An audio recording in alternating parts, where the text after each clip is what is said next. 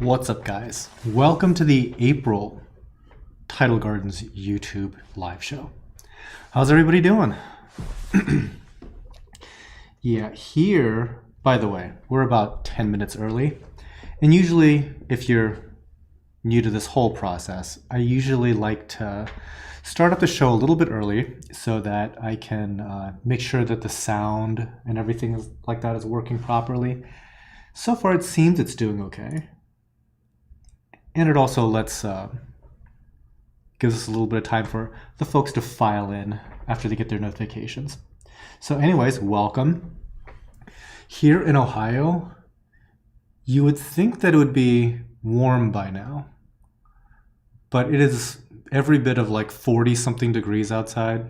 It's cloudy, it's chilly, and we are expecting snow, I think, in the next few days. So I'm not terribly excited about that. Not too much anyways. So hopefully wherever you guys are, the weather is cooperating a bit more. I've got the chat up here. Glad you guys glad you guys made it. Okay. Diacanthus, thank you. Sound and audio are fine. Let's see how the switch goes. Yeah, it's always a little bit of an adventure to see how that works. Oftentimes when I switch over, going from this little countdown timer to the choral portion of the show itself, sometimes it just glitches out on me. So we'll see how this works.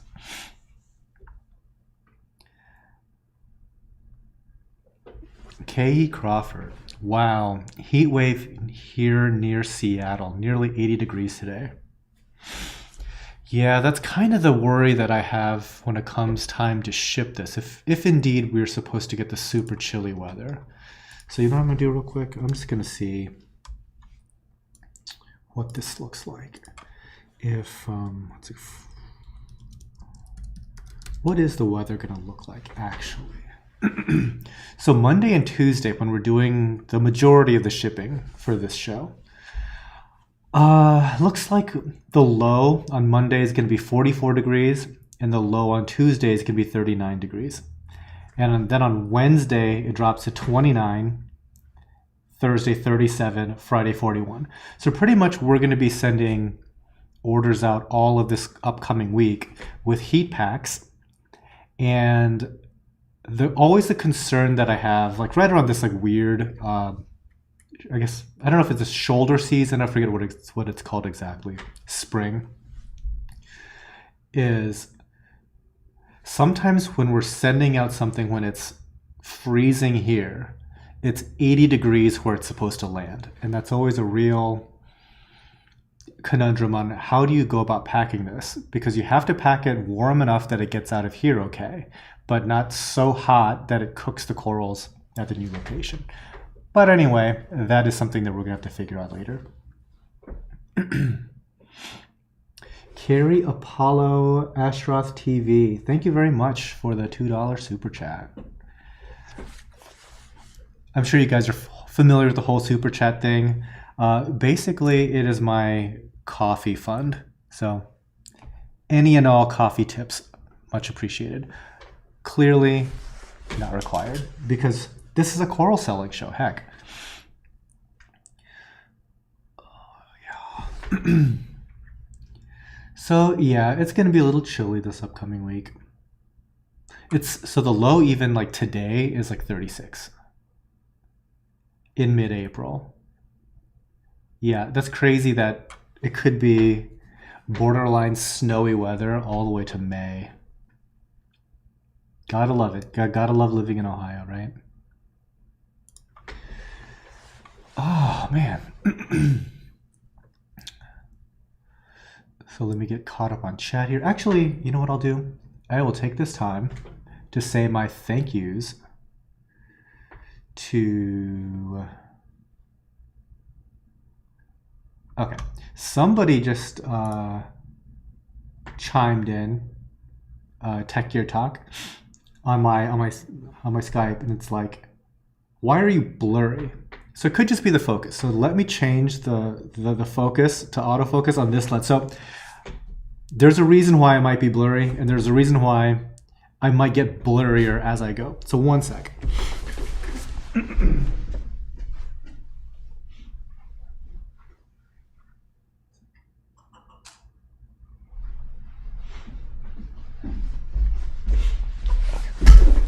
And I'm back. So hopefully I'm more in focus, and probably the people on the phones were like, what are you even talking about? But okay, so this is a very different studio setup. There's a couple of different things. I'm trying something different with the camera system here.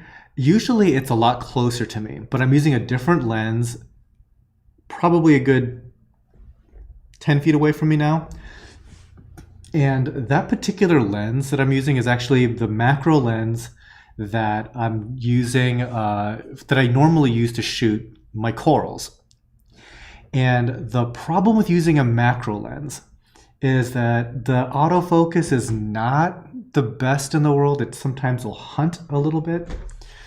And my worry is that at some point it'll just like freak out, lose focus on my face, and just go like super blurry and then hunt back and forth, and I'll be blurry for like a minute. So that's why I had it manually focused. But apparently I was just going to be out of focus the whole time if I had left it. So thank you very much, Siggy. I appreciate it.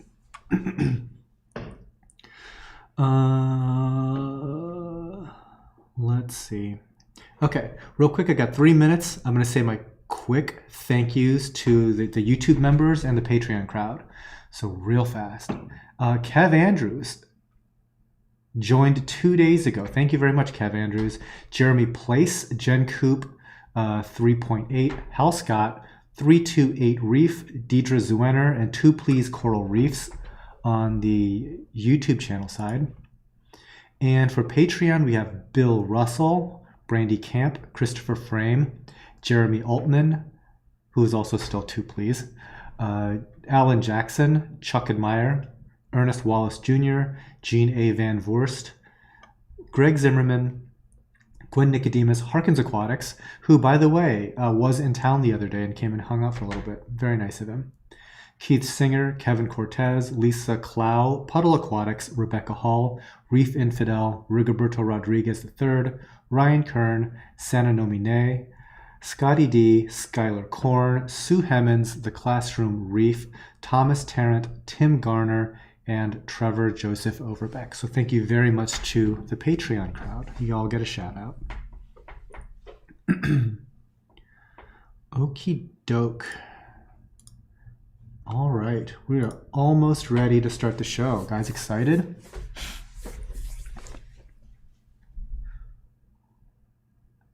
Yeah, Philly Reefer says it's chilly over there.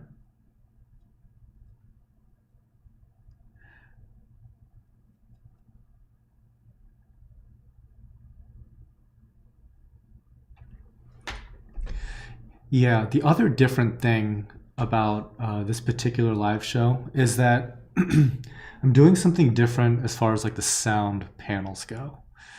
I ended up getting like an order of new sound panels, and so we went with basically double the amount of sound absorption that's up on the walls now. And I can kind of tell the difference, but I'm really curious to see kind of like an A/B testing between what the last show sounded like and how this one sounds like in comparison. Clyde, is there a minimum to be a Patreon? I think it's like $1. It's not very much. It is a very low bar to entry.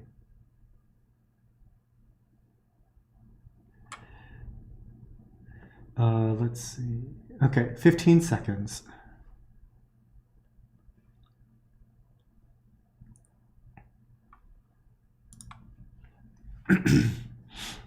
I kind of have to like focus because otherwise I'll just miss it if I just start talking. All right. Hopefully that transition went okay. And hopefully I didn't completely glitch out. Lately, it's been decent, but I do know that for whatever reason, sometimes it's just like I go from like excellent connection to potato connection like really quickly. Anyway, I'm over it. Ugly Reefer 1, shout out from lockdown Germany. Oh, that stinks. Here, we're definitely not locked down, but the way that I've been living my life, I'm basically on self-lockdown, and I'm getting like more locked down as I get lazier. It turns out that my life is really conducive to getting food delivered, and there's not a lot of reasons for me to leave my house, so I stick around a lot more. I was totally built for these times, I'm telling you. I'm a huge homebody. Nice, nice. Thanks, guys. The transition went smoothly. Great. Good, good.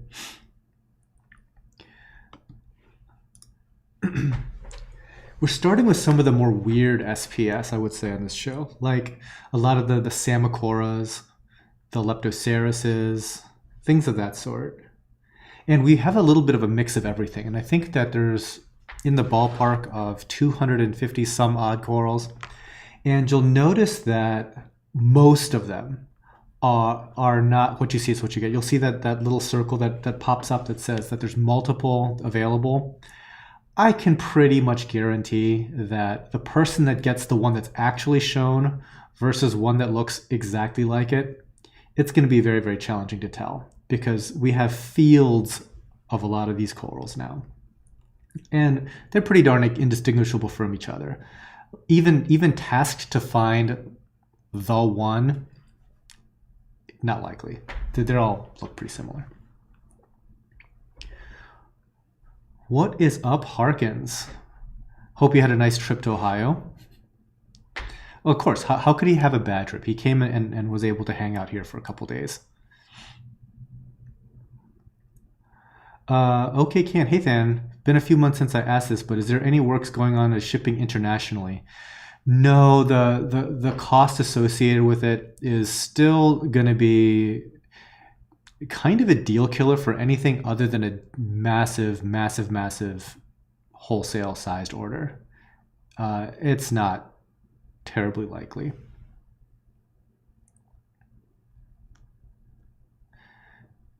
And Johnny5 Hooray 1. Than, thank you very much. The corals I ordered arrived safe and look really good so far. Good. It's always good to hear. We've been sending out so many corals lately. We did a reef to reef show a few weeks ago, and the logistics of that just set us back so far because for a while there, all we could do was just basically just try to focus on packing out all those corals. And you would think with the number of corals we sent out that we would be depleted, but it's very much the opposite.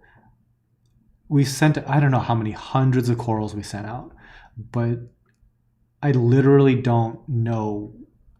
I can't tell that any of them are missing. That's what's crazy. We have so many corals growing right now, and we're heading into this like spring, summertime period where normally I'm expecting the coloration of the corals to get a little bit worse. But lately we've been doing some like massive, like really heavy-handed maintenance, to be perfectly honest. And in doing so, I think that a lot of the springtime weirdness has kind of subsided.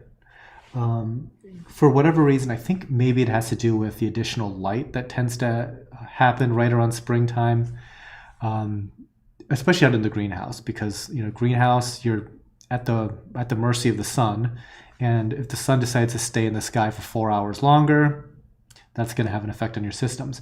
But also pollen season. I've never really been like heavy hit by allergies, but lately, every spring and every fall, the pollen here is getting kind of nuts. It's nothing like what it is probably down south, but it's plenty up north here. And it always has an effect on our tanks because we're pretty much just bringing in fresh air from outside especially out in the greenhouse. It's just an open air building essentially. And that always gets into our tanks and affects the water chemistry big time. So when you have that kind of sudden weirdness with light and water chemistry, sometimes the corals don't exactly love it, but at least so far this year, it looks like a lot of the probably the less touchy corals are doing very well. And this is by far like the best our acros have looked.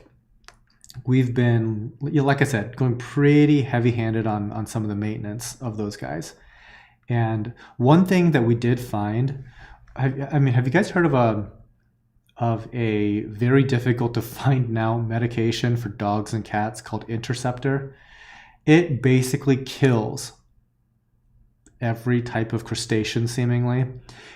People were using it as like a red bug treatment. And that's kind of like what we wanted to like be very active about and just like knocking out red bugs, right? Well, it knocks out every crustacean imaginable.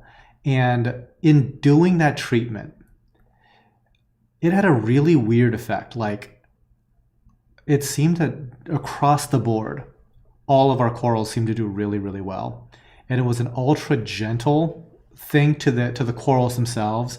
It didn't affect other things, like it didn't affect snails or any of the fish. But I know that people that have shrimp and crabs, it'll affect them. And lucky for us, I guess, we don't really have any shrimp or crabs in these systems, not that I know of anyway. So when we like heavy-handedly bug bombed these tanks, I mean, short of like losing some copepods and things like that, it just eradicated an entire like layer of that ecosystem, and the corals started thriving big time. So yeah, it's kind of nice to see, because immediately I think that like the Acropora just started growing like crazy and started coloring up a lot better. BC, any PORITES on this show? There are.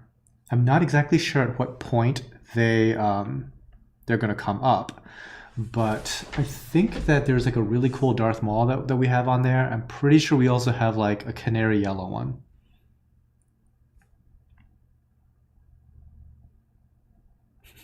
Oh, thanks, Harkins. The trip to Tidal Gardens was the highlight of my trip.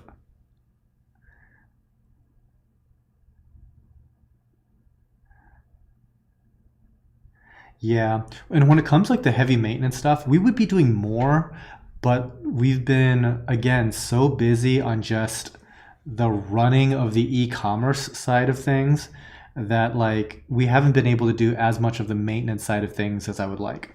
For example, in the new systems in this building, very likely we don't have any kind of red bug issue, because those corals went through like a heavy quarantine period. They got Bayer dipped multiple times before they were ever even able to get into the system. We've been doing a ton of observation over the past 3 months. Haven't seen any kind of like pest on the acros or anything like that. But we do have like these nuisance mini mantis shrimp looking guys, and they in and of themselves are not pests. But what they do is that they collect, they basically make like a mucus nest / tunnel for themselves to live in. And that tunnel attracts a lot of detritus. And then that detritus starts to grow algae, because it's like this little perfect, I guess, auger plate to grow algae and other problematic stuff on. So usually, again, that's not necessarily the worst thing ever, but the problem is that they put those tunnels right against a coral. And over time, that coral just doesn't like it. And the mucus tunnels that these little guys form is enough just to bother those corals. Well, turns out that this interceptor stuff, again, kills crustaceans, and it can just nuke these little mini mantis shrimp guys. So that's something that I would like to do on the tanks downstairs, but we just haven't had the chance to catch like the 3 shrimp that are in the tanks there and then bug bomb 2,500 gallons. but that is something I'm looking to do. I'm even looking to do that in the other newer system that's also 2,500 gallons. It has like a whole 3 corals sitting in it, just to, again, start with like the blankest of blank slates. But yes, that's the kind of stuff that gets me excited these days. It's like mass eradication of otherwise innocent creepy crawlies. Puddle Aquatics, happy live show Saturday, fellow reefers. Welcome, welcome.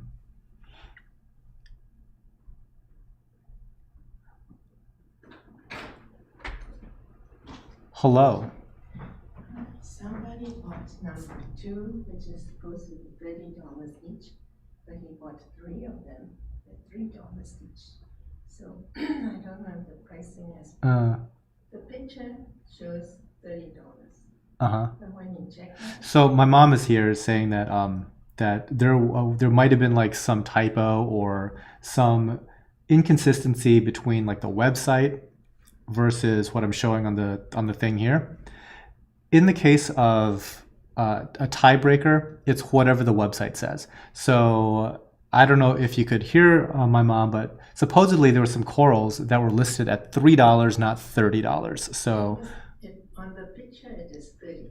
Yes, but when you check it's whatever the website says as far as like. So if there's some like weird little deals out there, it is what it is. If you can find the $1 typos, you get the $1 typos. So, Yay. Congrats. I actually don't care. It is fine.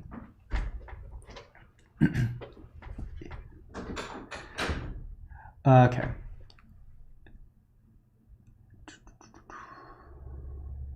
Okay, where was I in the chat? Providence Tidal Reef. Any update on when you're going to start opening to the public? That's an iffy one. That's a real iffy one. So part of it obviously was the whole like pandemic stuff, right? But this place is actually not well laid out for public. And lately, it's been so insanely busy that that appointments would be like highly disruptive unless we were able to staff up significantly. So there's a couple of different moving parts there. So unfortunately, I don't know just yet. Let's see. Emmanuel D. I asked BRS the other day if seasons had an influence on corals. Never got an answer, they weren't sure. I just noticed over the years like a period of growth once June hit somehow. I guess it just depends on how I guess exposed to seasonality your tanks are.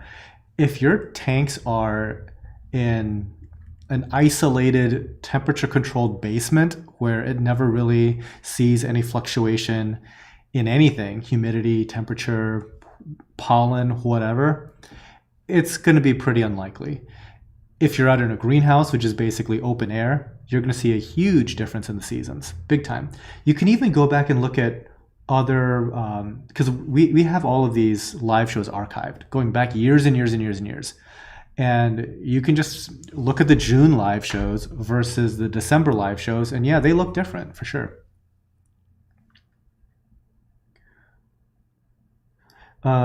Jay Wu, did you do a tank treatment with Interceptor? Yes.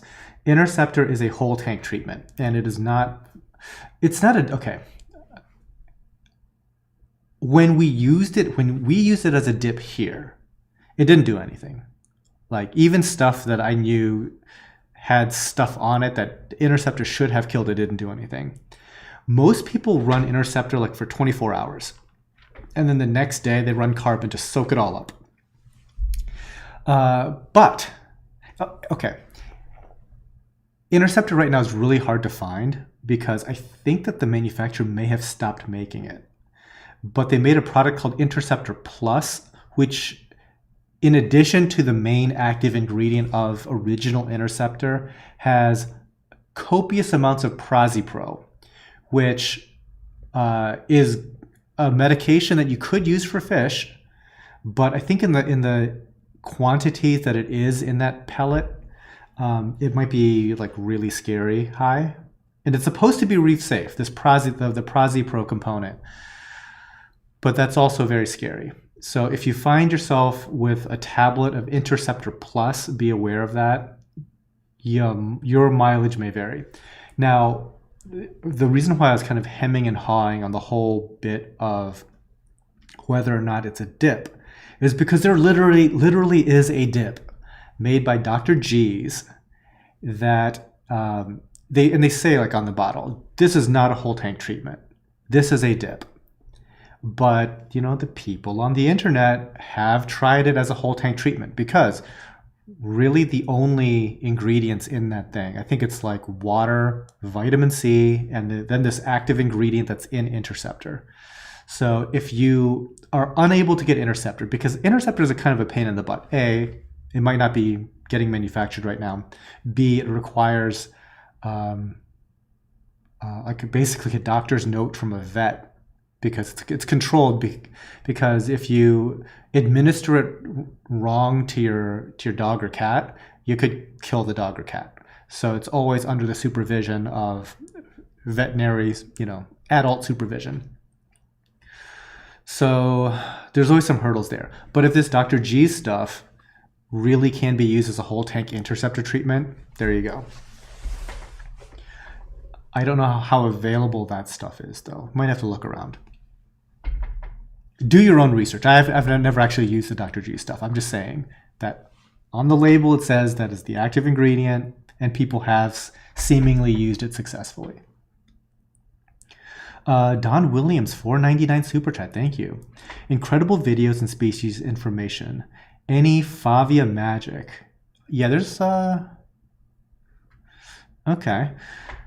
SPS and all other LPS is happy. Favia, not so much, trying to coax with food. I think if you're talking about like real deal, big polyped Favia, so things like Prism Favias, Dragon Soul, Dragon Envy, that type of thing, the slower growing big polyped Favias, they really, really need to be fed.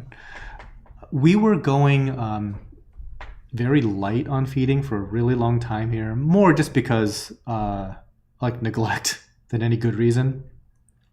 But now that they're in these new systems where we're a lot more regimented in our feeding, and we'll actually turn off all the flow and broadcast feed everything and target feed the ones that are really opened up, there is a 10 times faster growth rate on the big polyped Favia if you feed them. So these days, we've kind of trained them all to open up well. And when they open up, we basically slam them with a mixture of frozen food and powder plankton, things of that sort. And it's made a huge difference in their health and growth rate. So yes, try to coax it with food. Go for it.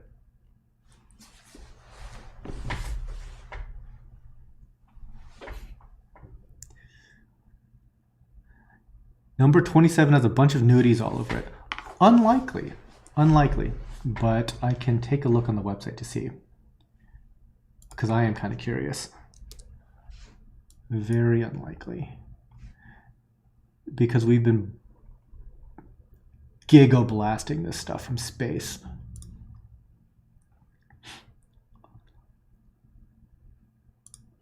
Let's see. Nah. That, my friends, that's detritus. So you know how I know that it is not nudibranchs? Because that is the wrong kind to be on that. That's just detritus. And actually, the little bit down below might be one of those they're called spionid worms. I could be wrong on that. But it's basically like this two-pronged worm that collects a little bit of like sand and detritus. Because if this was a Montipora and I saw something that looked like that, sure, that could be, but I'm not seeing it.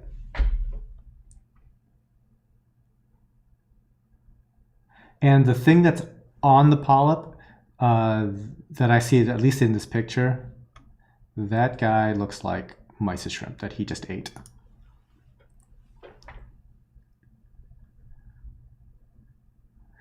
Because zoanthid eating nudibranchs, which I literally have not seen here in 4 or 5 years, probably now, they are basically the color of the polyps, to the point that it'll look like if you like blew an entire colony of zoas closed, it'll look like one polyp is still open, and that's usually the zoa.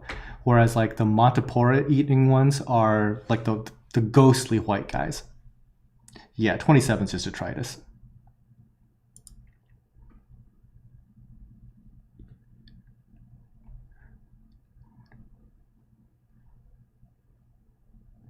Any GMKS? I don't know what that is.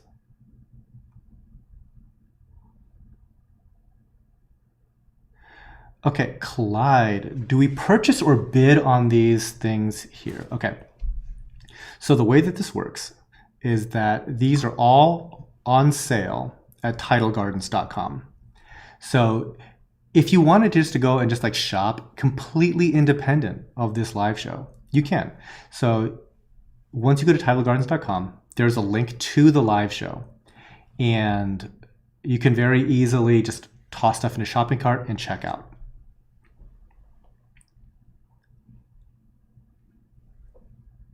There's also a like an FAQ where it'll probably like it'll go over just like, you know, how does shipping work, because during a live show you have to check out to actually get the coral. Just filling your shopping cart for 2 hours and then checking out at the very end is not going to work out for you, because other people would have bought those items. You have to finish the checkout process.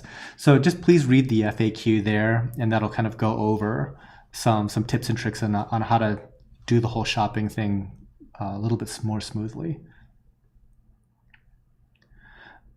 Okay. Don Williams, feelings on ozone use. Funny you mentioned that, Don. So I had a conference call with the owners of Ozotech a couple days ago, and I had briefly joined like the Reef Dudes live stream where they were also guests on and talking about ozone, because ozone is likely the last frontier for me. I have pretty much personal experience with every reef aquarium technology except ozone. And when it comes to trying like the really new stuff, it's not, well, hold on, ozone's not new, but it's new to me, right? I get really worried because I don't have a small aquarium to test stuff on. All of my aquariums are just gigantic, and they're full of coral. So if either the technology is not a good fit or I screw something up, you're talking about extraordinary losses, right? It could go really badly. So I tend to be a little bit kind of gun shy on that. Anyway, I had a really productive conversation with them. And unfortunately, the reef aquarium sized units that they sell, they're kind of not a great fit for what we do here, just because of like the amount of water volume that we have. But we're going to be working on some potentially like a larger system and get that quoted out and see what that might look like, because they're actually not that far away from here. They're up in Michigan, so it's only like maybe a 5-hour drive. And once they saw some photos of the facility here, they're like kind of genuinely curious as to stop over and see the place and come up with like a schematic design that might work, because they do work for like other industries. And so the reef aquarium tiny little segment is something that they're interested in learning more about. And so, yeah, that whole thing. Unfortunately, when it comes to my personal experience with ozone, it is basically the zero. However, Harkins is in chat, and he has a lot of experience with ozone. And anything that I say about ozone is like purely academic. It's just what I heard other people say.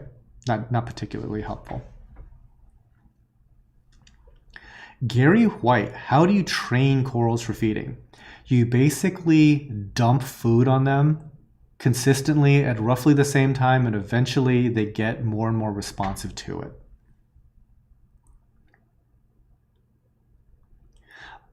So Don is interested in the SPS warfare aspect of ozone.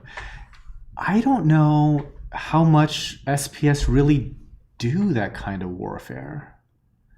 You know, I'm sure they all do to some degree, but I don't know if SPS are really known for it, to do it particularly aggressively.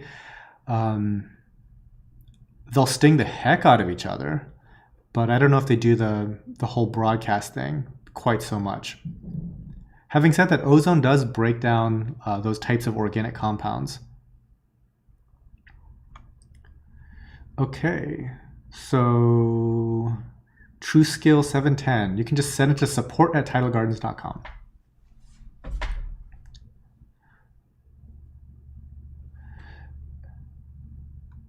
Yeah, so with the ozone thing, there's a bunch of components I suppose you could use.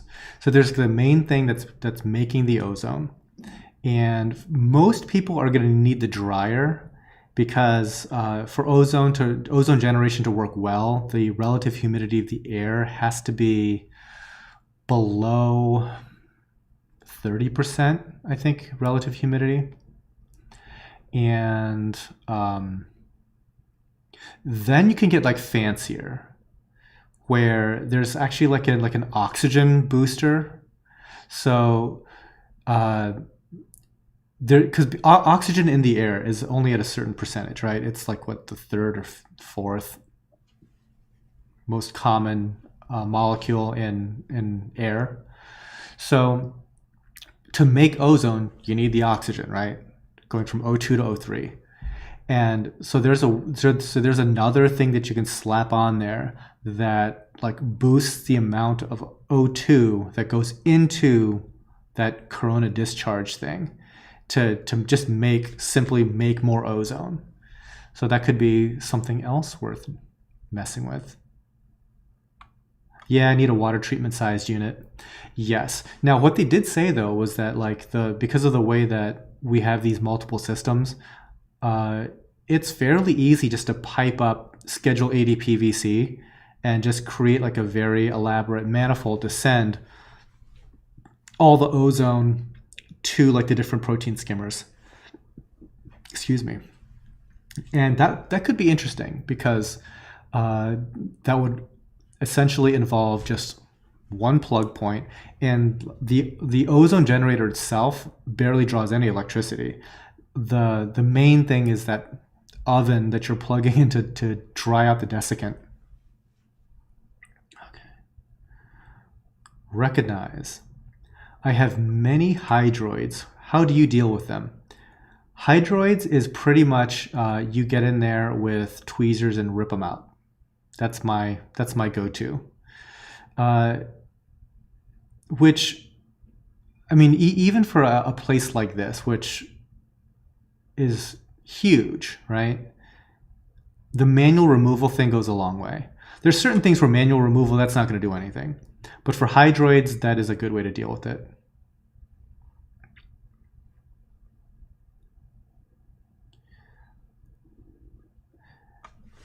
Harkin says you don't need a dryer if you clean it more often. Dude, I don't know. Because right now it's like cloudy and rainy and gross outside, and it is 70% relative humidity inside this building. Like, ugh.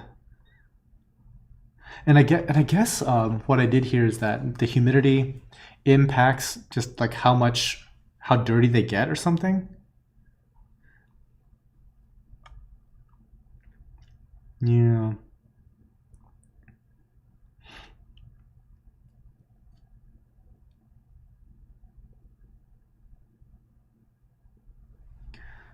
Tattoo Dancer. Apparently I've been overlighting my acros.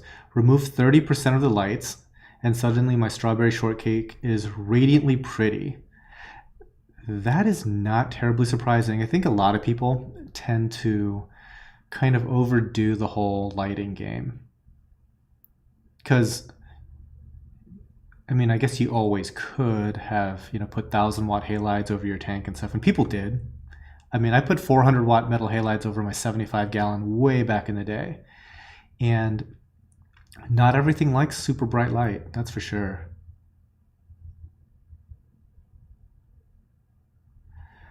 Yeah. So I don't know how much par you were working with before, but I mean, anything over like 400 par, that sounds like a lot to me.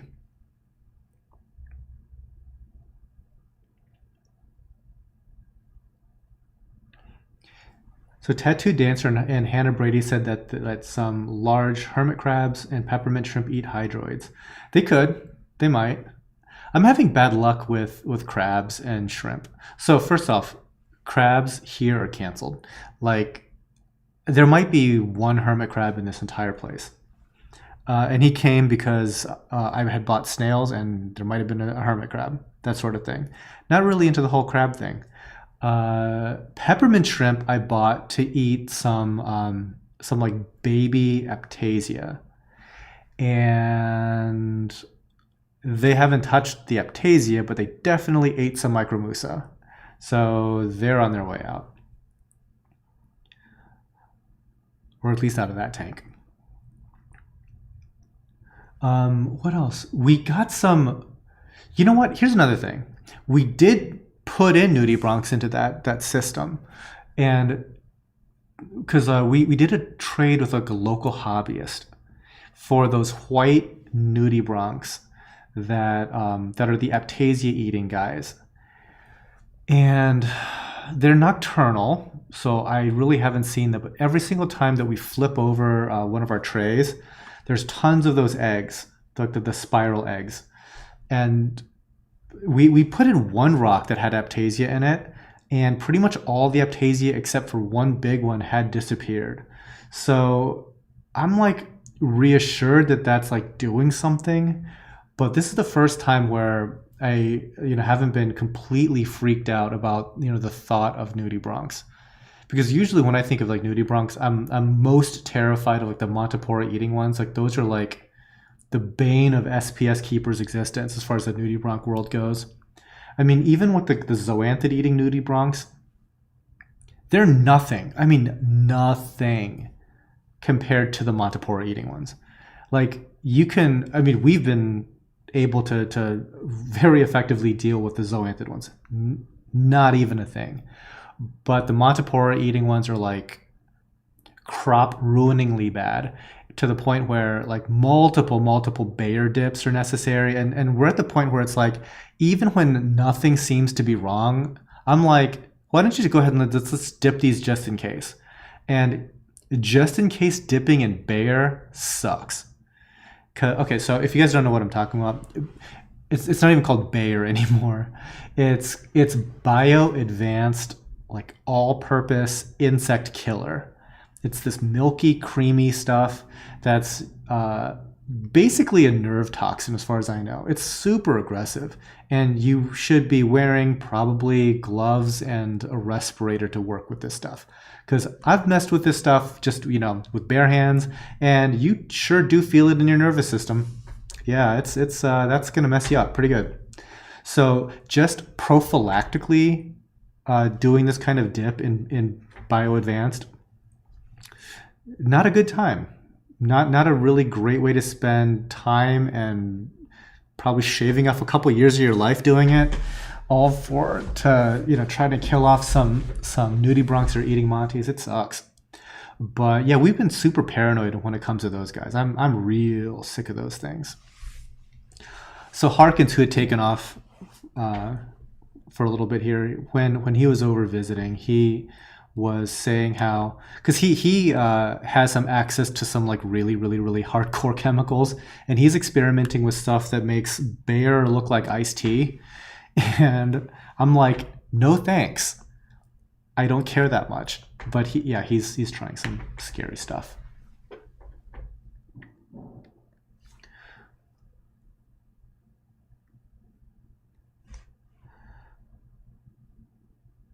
Rad Reefs. Hi, Than. I just started working at my local saltwater. I can't talk. At my local saltwater fish store, and I'm loving the hobby. Awesome. Don't ever lose that feeling. I'm like all jaded now. If I could do anything now, I feel like I would get more into the hobby myself. For the longest time, I've been I get not focus is a word. I've been drifting away from the hobby side of things and more into like the business side of things. And so the business stuff became more of my hobby than the aquarium stuff. And now that I kind of would like a little bit more of a break from the business stuff, the hobby side of things is coming back in. So like I'm actually trying to make more time for my hands to be in the water. It's a fun hobby. Yes, crabs and shrimp make it impossible to target feed corals. Fish too, certain fish. Yeah, like certain. So I like wrasses, but we had this one type of wrasse, it was like a whitetail wrasse or something, and all that thing did was eat itself to death by picking out food from corals. And eventually it got so fat it just fell over dead. Good times. Okay, Suve porridge. So there's only snails? If so, then what are your favorite? So my all-time favorite are still Trochus snails, but I don't have the success that other people have with Trochus snails. Trochuses are like #1 S tier snails, right? The A tier snail is going to be the Astrea, and that's mainly what we go with.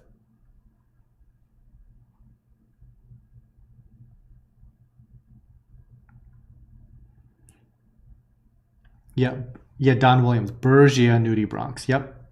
Yeah, we traded some corals, and a local hobbyist had like all these like Bergias, and I was just like, okay, first of all, those things just look like giant Montipora eating ones, and I can't guarantee that in the future, if I saw one of those things, that I would let it live. I'm just saying. Well, the other thing is like Bergias.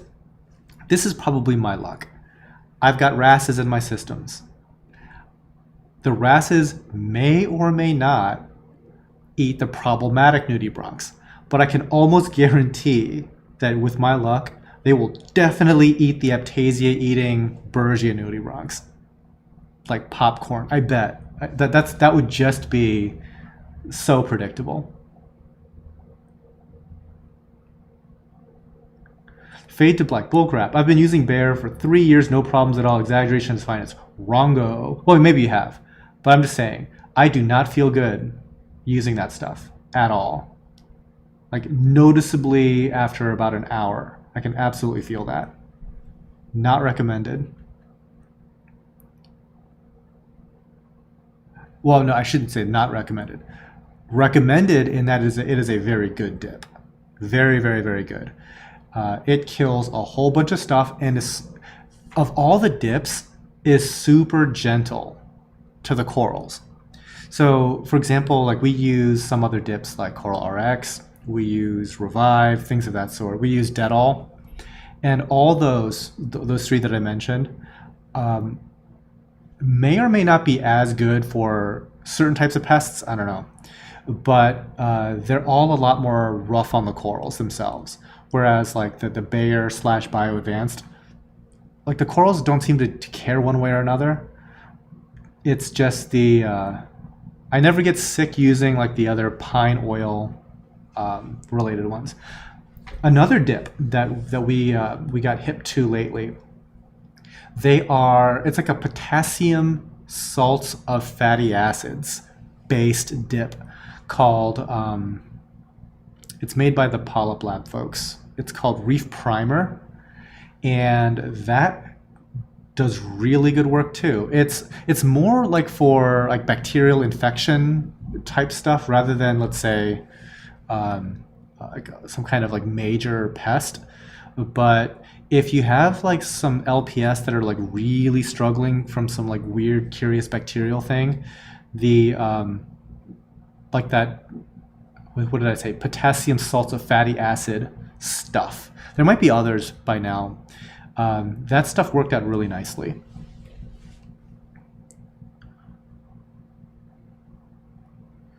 Tattoo Dancer, any decisions made on the 2 extra show tanks? They could be your hobby tanks. Now, funny you mention that. So one of them, I had this big brain idea to turn into like a sunburst anemone tank, right? Just filled it with sunburst anemones. And we moved our like big sunburst anemone into that tank. And for whatever reason, it just, from day one, hated it in there. And so we're going through the process. And you know what? Okay, so this a big anemone would not split. For like a year and a half, would not split. It got like a good 18 inches across, would not split. But it looked glorious. It was super healthy and happy. Sometimes you just have to take the W when it comes to you. And don't do anything. Just take the victory, right? So we didn't. We took that guy, we put him in this brand new tank, which, by the way, isn't really even brand new. It's connected to, 2250 gallons. So it's in a 2,000 plus gallon system, effectively. And not in a new system. It's about a year plus old. It's aged. All the other corals and stuff are like that in the other tanks are doing great. So we put it into this 250 show tank. It's got like, the Orphix above it. It might not have been getting enough flow. It didn't like something, but it really didn't like something. So first off, it went from never splitting to splitting twice. And now that we have 3 of them, they all look like sad and sickly and pale. And we dropped the intensity of the lighting, trying to compensate. That didn't matter. It was just like not working out. So we took one back to the original tank over in the greenhouse. And whenever the next 2 get accessible, we'll save those guys and move them back to the greenhouse. But so yeah, plan A, which was going to be the sunburst anemone tank, is not happening for now. We might do something different, maybe with, since they're deeper tanks, maybe we might do something with gorgonians that could be interesting. But yeah, right now, no plans for that second one. And we've got another tank that we're still working on with Becca. So we wanted to make like some modifications before we set that whole system up. But we're going to be getting going on that, and she's going to do a whole little video thing. There are so many show tanks here that don't have like anything going on. Oof.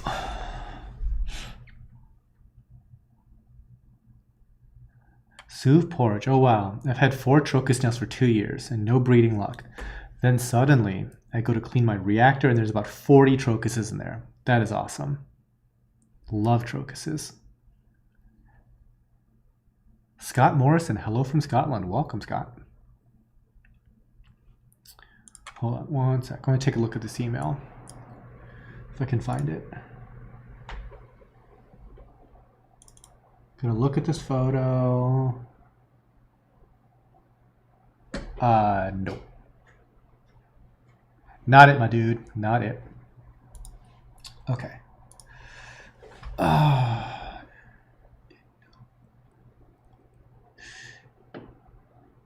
Okay. Lincoln Towns. Can you suggest a pretty coral that will encrust a rock that is for sale today? I'm not super familiar with the names. Okay. So if there was any one coral I would pick out, I would pick out a 24K LEPTOSERIS. It is the brightest of bright highlighter yellows. It's fairly easy to keep. It is fast growing and encrusting. So LEPTOSERIS, but specifically my favorite of the color morphs of that is the 24K. It is the brightest yellow thing. If you're into yellow, but that would be my thing. Battle OCR, how are the Orphix going? Something you would recommend? Really liking the Spotlight 3 feet above my tank and really looking at those, but no reviews on them. Okay, so Battle OCR, they are very much public aquarium lights, and we haven't like done the entire full mess around with them because we really should swap out the optics. Right now they're too like narrowly beam focused. So there's like a little bit of there's a little bit of spotlighting going on, more so than we would like. However, going from 15 to a 30-degree beam angle, there's going to be a lot of light bleed coming out of the tank. So yes, we would get a more like even gradient of light, but at the same time, it's like, I don't know how much I care about that. Maybe we just like, maybe having like the harsher drop off in light might be good if we needed a darker spot for a coral, perhaps. So kind of hard to determine because that tank right now is currently empty. Not empty, it's got water, it's got flow, but I have to build rocks to an aquascape to put in there. And we even have the rocks, they're sitting right outside, but then I have to soak the rocks for a while just to get like that initial like chalky carbonate stuff off. There's too many projects here that we could be doing. Yeah, it's not even a. I mean, there's boxes of unopened stuff that we could work on here. Boxes and boxes and boxes. Unlimited things we could be doing. It's just, yeah, we just don't have the bandwidth to do all the different things all at once. So we just kind of have to prioritize. The thing that's right now taking the biggest priority for me is I want to assemble the packing station here and start on designing the next system of tanks. That's kind of like where my mind is heading. And so a lot of like the smaller projects, kind of like between point A and point B, it's kind of getting like just pushed off a little bit more and a little bit more. All good problems, trust me. But it is like, I mean, I don't even know what month it'll be by the time we even open the thing of Marco rock that we got.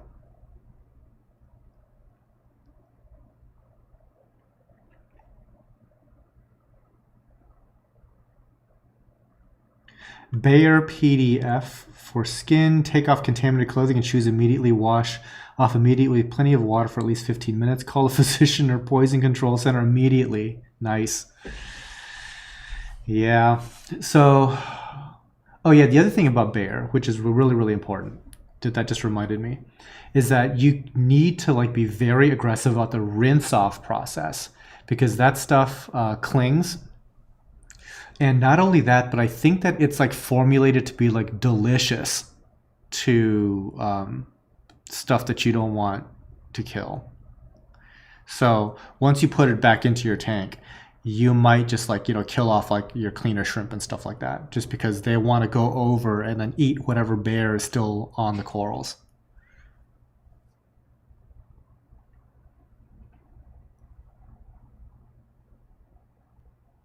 Stability reef. Question. When your air intake from your skimmer comes from outside, will it affect the water temperature when it's warm or cold outside? Thanks. I have never done it. I've never, ever done the skimmer from outside thing. Will it affect the water temperature? I think it has to, right? I mean, it's just thermodynamics. And I think people also greatly underestimate the amount of air that's actually getting pulled in. Like a big skimmer will pull in like over 100, what is that? Well, I forget the measuring thing. It's not CFM, but it's like CHF or whatever. It'll bring in quite a lot. And if there's not a whole lot of like warming or cooling that happens between point A and point B from outside to your actual skimmer, yeah, it could dramatically change the temperature just from that.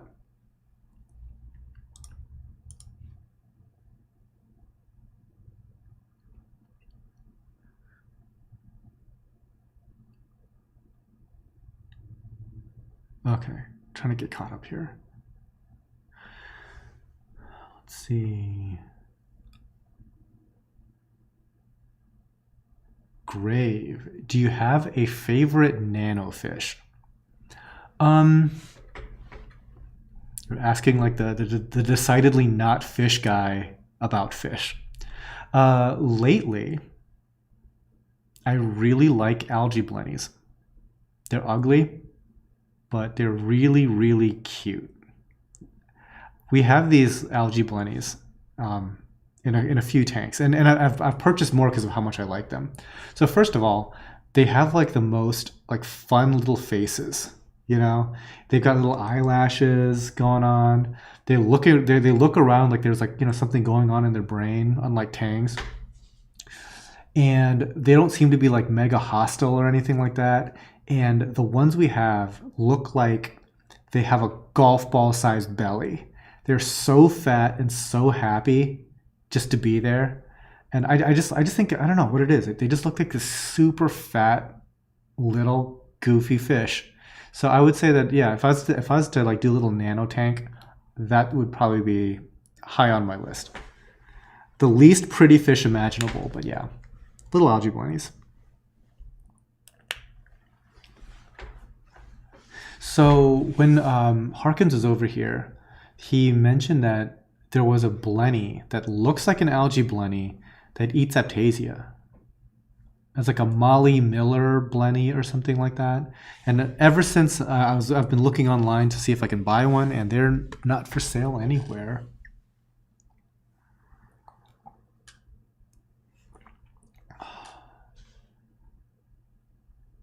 Grave, has Becca made any progress on her tank? No. So the thing that was the slowdown on that tank is that we want to put it on wheels. And I could just screw in the leveling casters directly into the stand, which is made of wood. But I wasn't sure that we would get like weird sagging and stuff because I don't know how well wood is going to hold up like that. So I special ordered some aluminum, as we are prone to do here. And that arrived just yesterday. So I've had the wheels, but I didn't have like the custom aluminum base to screw those wheels into, to then set the stand upon, to then set up the tank. Also, it came with a sump. This particular tank came with a sump. And I don't know how much I love that sump, but I might use it just because it's here and the whole thing will be a learning experience for Becca.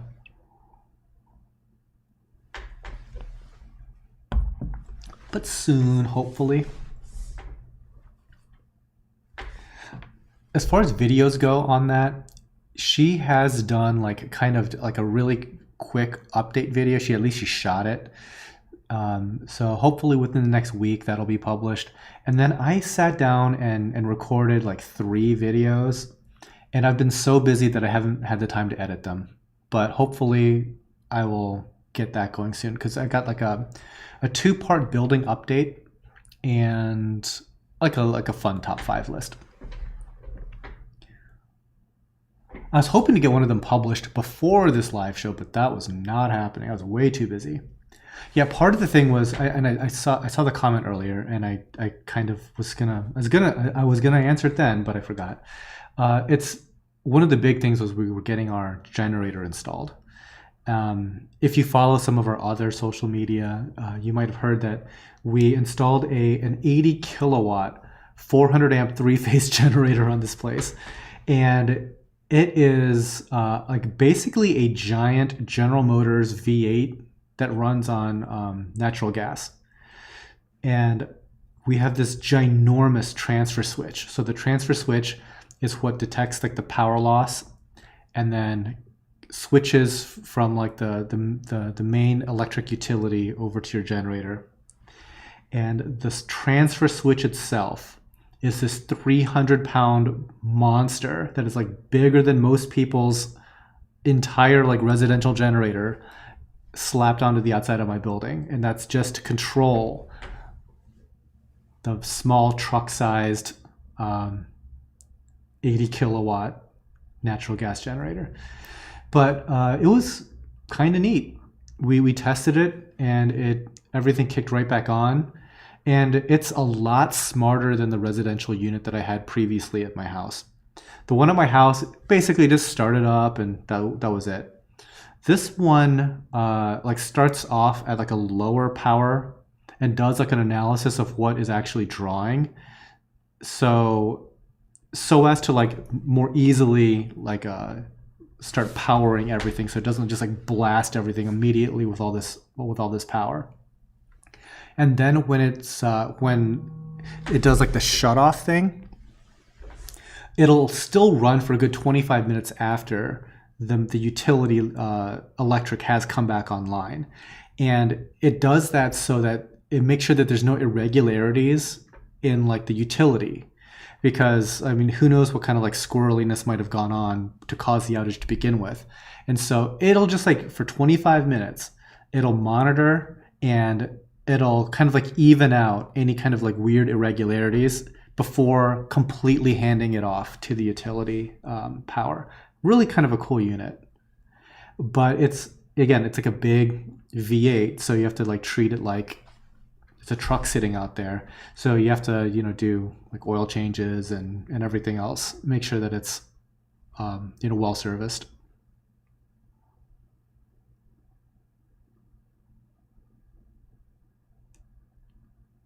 Okay, I may have missed the question about shipping, but thank you, Clyde, and thank you, Diacanthus. Yes, $29.99 flat rate shipping. It is everywhere in the U.S.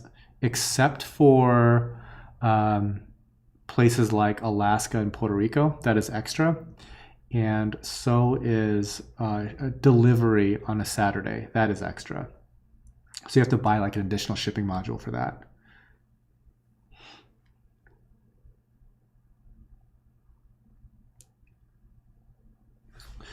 Silent Lamb got a new tank. Not even set up yet, mainly for corals. When is it safe to add them? It really depends on how you set it up. So this is something that like I've experienced recently, is that if you start with like bare, like I've been saying bare too much, Bayer. No, like dead rock. If you start with dead rock, your startup period is going to be a lot longer. It could be extended by up to a year. It just takes a lot longer for those things to colonize, and you're going to go through an ugly phase, just like I went through an ugly phase. Yeah, so check out my ugly phase video if you want to get some lulz as to how gross it could get. And now, granted, it's been like, I don't know, a couple months, but that tank is pristine. Like it'll be challenging just to see any problematic algae. Really, it's really nice looking. But like BRS did a thing where they started off tanks with just bare dead rock versus like live rock versus, you know, such and such and such. And like the more like mature stuff you can start with will greatly accelerate when you can add coral. So it kind of depends on how you go about that startup.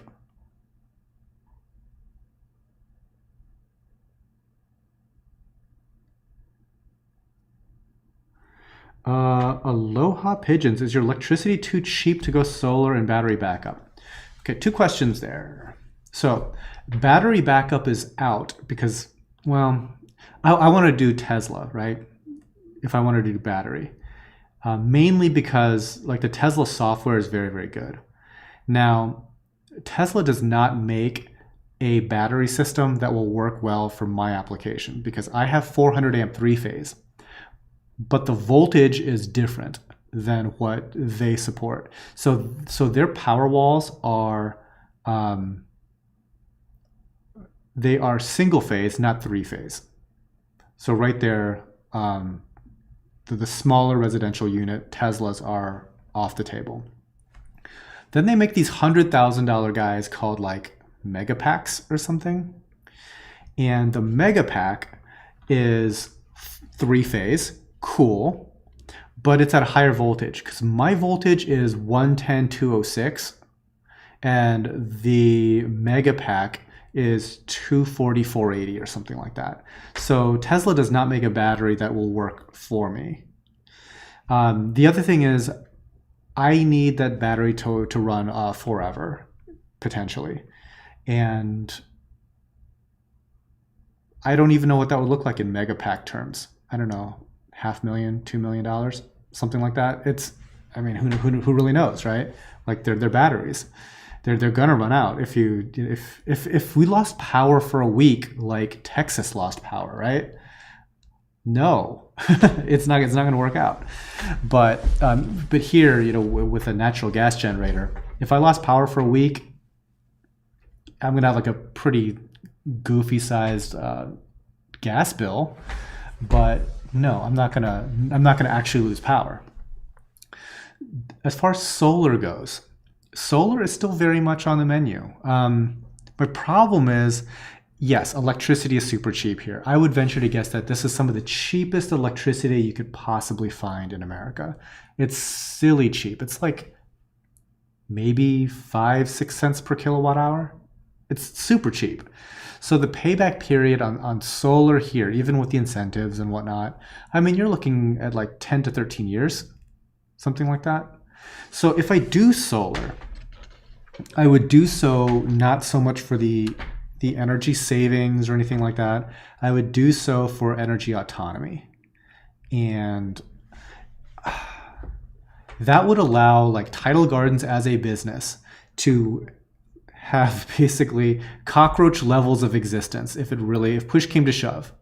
Like, what does it actually cost to survive? I could basically grow onions here and survive. I could be like a subsistence farmer and seriously, just like grow onions and just eat onions every day and live. Now that's the dream right there, right? But yeah, I would consider it. The only problem is like that, solar is, it's not that it's like super duper expensive. It is expensive and the payback period is long, but it could still very much be a thing. I am in contact with a solar company. They're going to hit me back up in June and we're going to have a very serious conversation about what this might look like, because 5,000 square feet of solar panels, it's going to cost me something. And at that point, it's like, could that something be something better used? Possibly. Don Williams, video idea, possibly even a series. I would love to see popular named corals, but cross-reference to their scientific name. Less interesting than you might think. I mean, so here's the thing. I mean, we're acting like there's like a lot of scientific names out there. There's really not. I mean, like, okay, what's on screen here is an acan bowerbanki. It's not really even an acan anymore. Technically, these are homophilia bowerbanki, I think.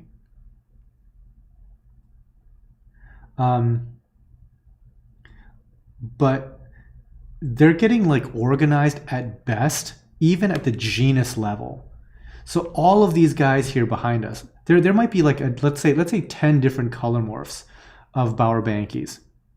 First of all, they're all bowerbankis, but they were fairly recently reclassified from AGAVE to homophilia. To then to say, oh, well, we need to stratify down to the different color morphs of bowerbanki. It's like, yeah, that's not happening. Like, no. Blastomussa merletti. There are, I don't know, like maybe a half dozen, maybe up to like 10 actual species of Blastomussa. And there's however many color morphs, 100 perhaps, maybe like 100 that I can even think of just off the top of my head. There might be like 1,000. So the scientific name thing, I mean, that's like huge swaths of potential, coral, like more like phenotypes, right? So yeah, that's going to sound really boring. For example, like, what is my species? Homo sapiens. Great. I'm so glad that I took the time to do that, right? I mean, it's, or like your dogs, right? Like, yeah, dogs is a perfect example. They're all the same species. They're all like, what is it, like Canis? I'm a cat guy. So, okay, so all the dogs are basically the same species, but there's a million like breeds of dogs and everything like that. They all have non-scientific names. Corgis and bloodhounds and huskies and all that stuff, right? Not scientific names, all the same species. I would say that that's kind of very similar to like your acroporas. You could probably find dog level variation in an acropora tenuis. So that was kind of like a long ramble, but you see where I'm going with that. Like the stratification in the scientific community, not there, guys. It's just not. So even like the people that are working on taxonomy with regard to like genetic sequencing and stuff,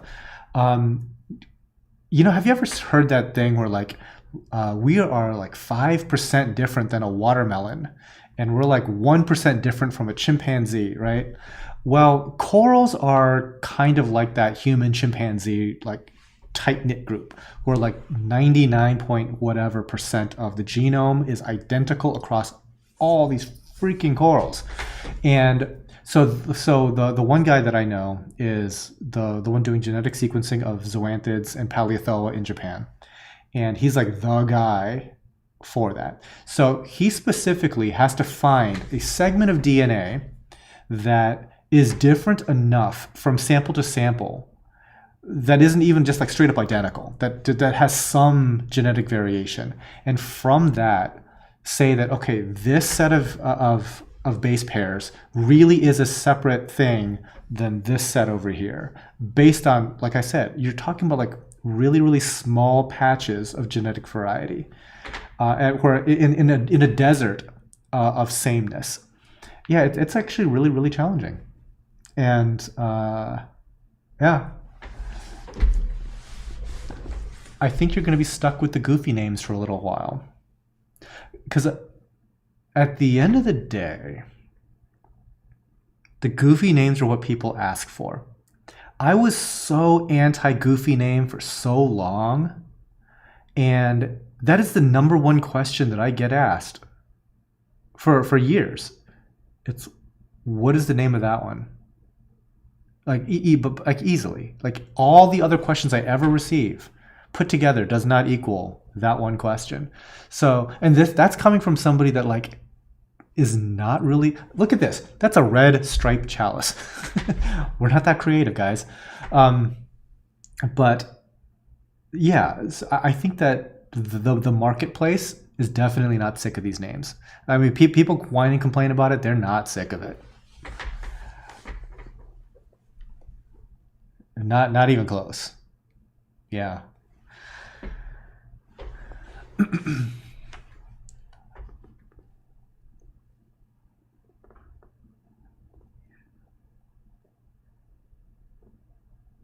Canis familiaris.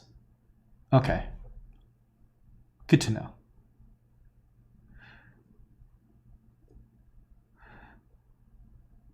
Okay. IT bag, how do I buy? Good question. If you'd like to buy, you can go to tidalgardens.com, and there you'll see a link to the live show. And so if you just wanted to shop and just ignore this whole interactive experience, you can. So all the corals there are listed, and just toss it into your shopping cart and check out like normal. Now, to actually get the coral, you do have to complete the checkout process. So don't just like wait till 2 hours later and then hit buy, because a lot of that stuff might have been picked through by then. There's an FAQ that you might want to just like quickly check out, and that gives you like some tips and tricks as to like, you know, how to go about placing multiple orders and not getting charged shipping a whole bunch of times. And speaking of shipping, you know, it goes over that as well. It's $29.99, but it's free over $250. But yeah, to answer your direct question, you go to tidalgardens.com.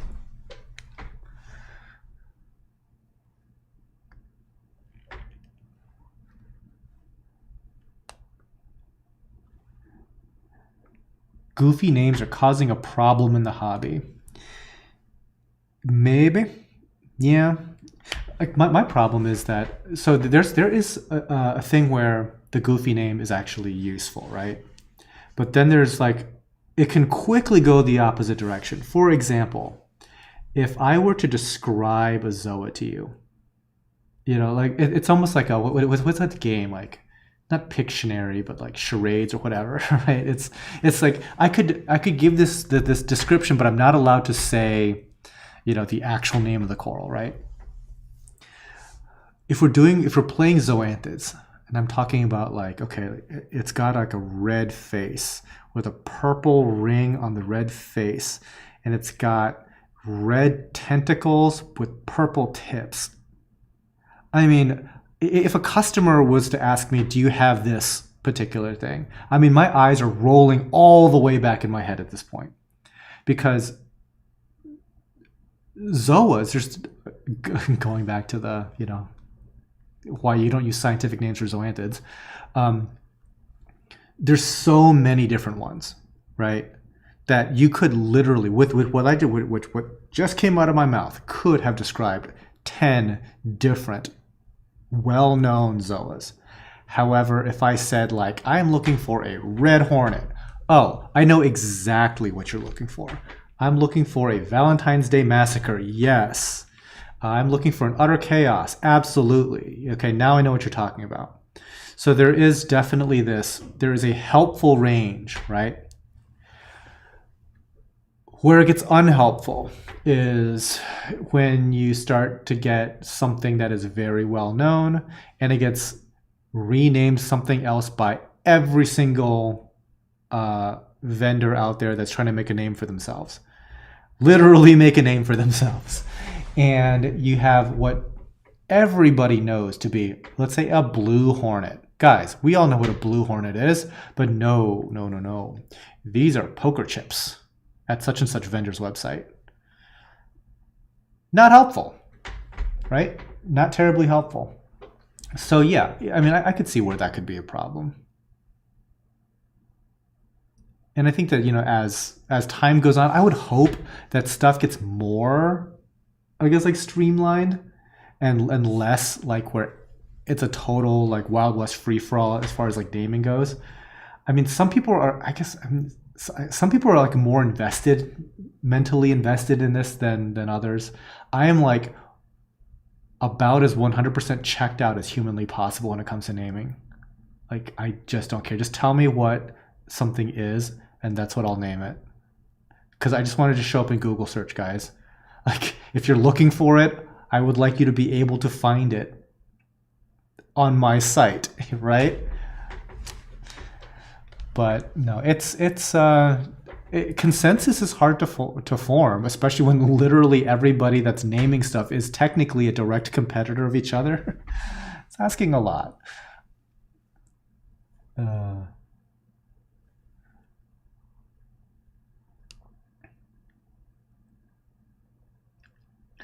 Okay. Coral husbandry questions.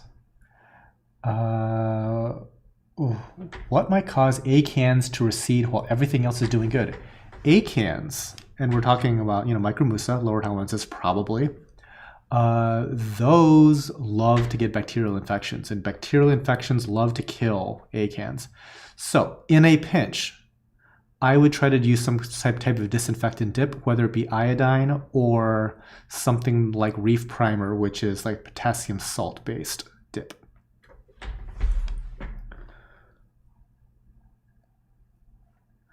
Tyrone, very nice 4 corals I picked up from your store today. Awesome, I'm glad you like them. Yeah, looking at them today, I thought that all 4 of them looked outstanding. So I'm glad you like them. That is a great price on shipping. You are not even joking. I got the biggest shipping hookup, you guys. Like, my my UPS rep did me the biggest mega solid. So if you're not hip to the whole like shipping of live coral thing and doing, you know, overnight shipping, it's really expensive. It's really expensive. Like, retail on some of this stuff is like $130 to ship. It's insane. If I wanted to send like a halfway decent sized box to Oregon, retail's over. It's 3 figures easy, right?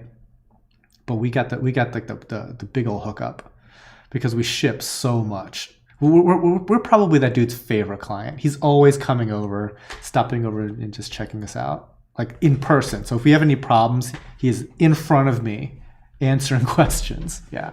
We get the good service because we spend the big bucks on shipping. Like, not even joking. Like, I think the busiest week we had, I think we sent out like hundreds of boxes, like almost 100 to 200 boxes. It was nuts.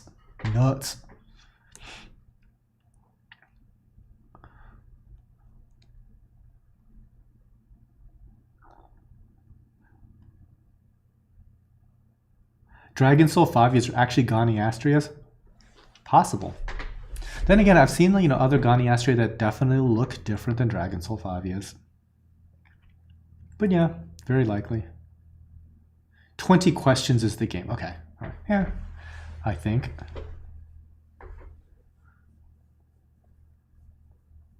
The Coral Center. We have the same challenge here in the UK. We try to keep the Latin names where possible except for Zoas. In my visit to the UK, like, was it in 2019? You guys are already doing the goofy names. It's coming.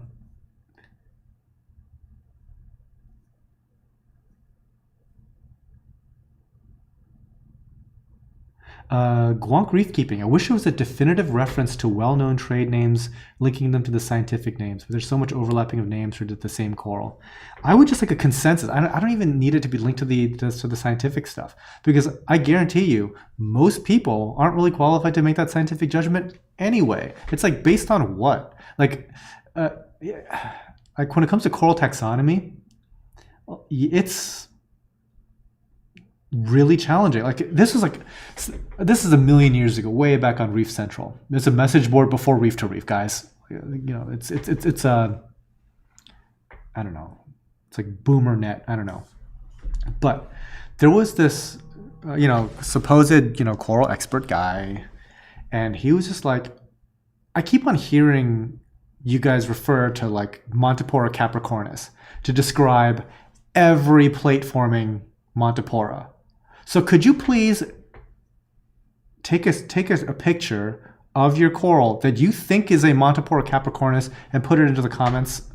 And sure enough, it was like, I don't know, 70% of the people were wrong.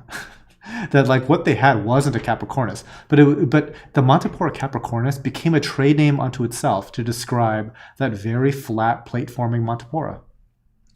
Yeah, it's kind of weird. So that's why I don't really, you know, buy into naming, scientific or otherwise, because I also don't think it's particularly helpful. I don't know. For example, this pig-tip frog spawn, it is a Euphyllia, what, divisa? Probably, right?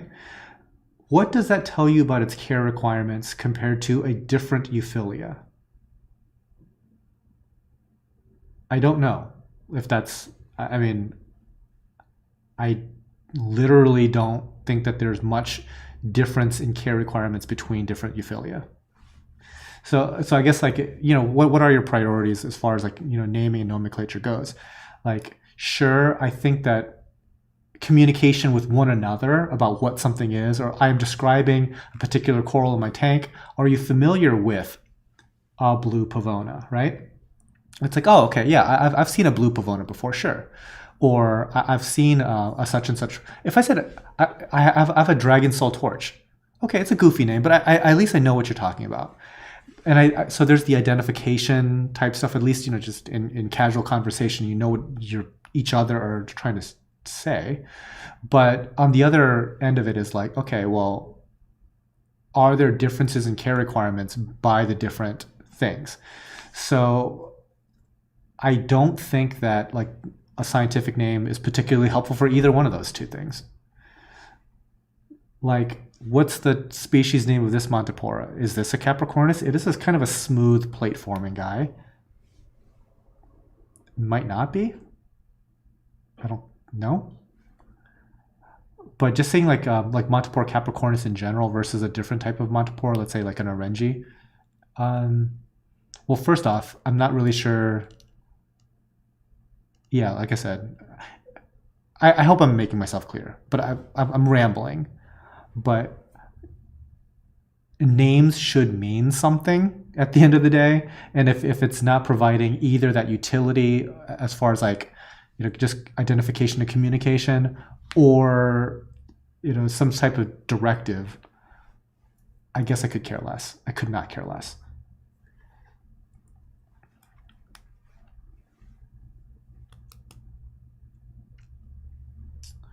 Do you have any pink, peach, or purple Euphilia? Maybe? Tiffany? I don't think we have it on this sale though. Like, Euphilia are weird. Usually when people say, do you have any? It's like, it means like, do you have any for sale? And they sell out so fast that I don't even know. Like, people always say, like, why don't you ever have Euphilia on our site? It's like, yeah, because it sells out in 20 minutes if we put anything up there. And so we try to like offer what we can, and it's gone that hour. So sometimes, I guess.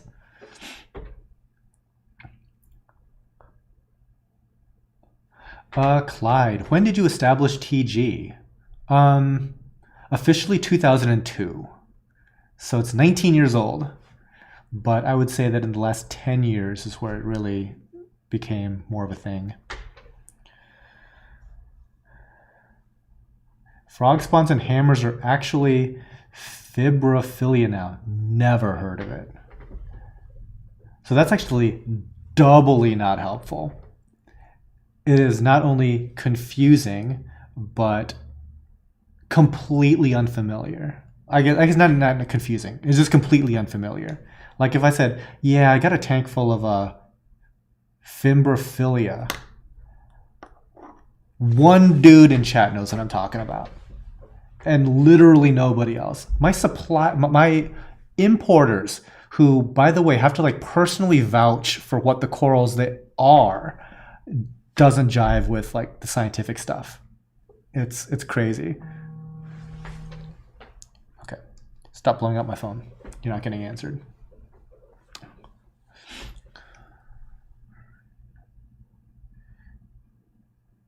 Guanc. I just want to be able to see an Acropora and know if it's a Youngie, Microlatos, or Efflo, etc., without having to study the Viren books.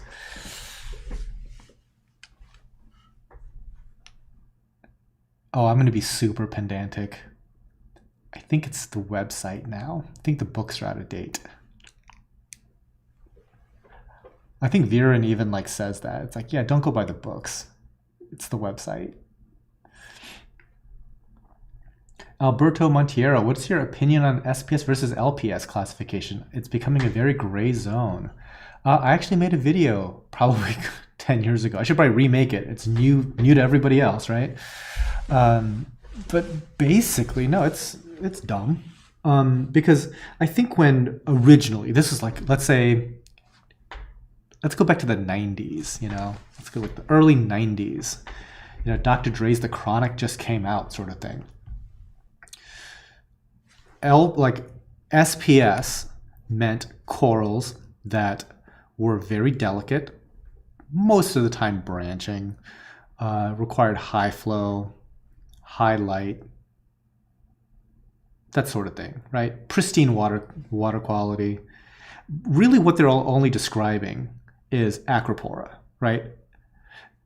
Like Montipora, which you're seeing here, I mean, it could use some highlight. It could use some decent flow and stuff like that, but it's not like, it can do well in other conditions. Passalapora, Stylophora, all these things can do well in other conditions, but really all you're talking about is Acropora. Now, how helpful is a classification when really you're only talking about one genus of corals versus large polyp stony corals, which again, you're kind of like blanketing stuff. I mean, you're basically thinking of like a brain coral, but the care requirements for like Euphilia and like trachees and scolies and like whatever else, Favia, it's more or less the same.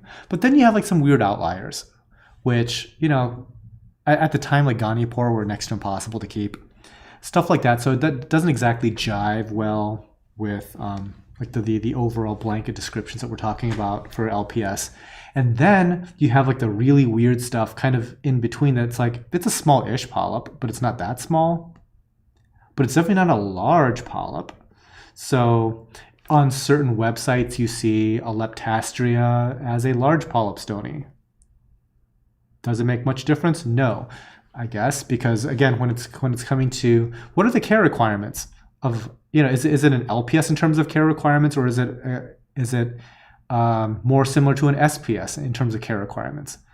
Well, seeing that again, acros are the only thing that really sound like the stereotypical definition of an SPS coral, I guess it's more similar to an LPS, right? Like medium everything across the board is pretty good for a SPAMMOCORA or a LEPTOSERIS or whatever. Or even like lower light could be good for like a LEPTOSERIS. And yeah, is it an SPS? Could be. It's got fairly small polyps, right?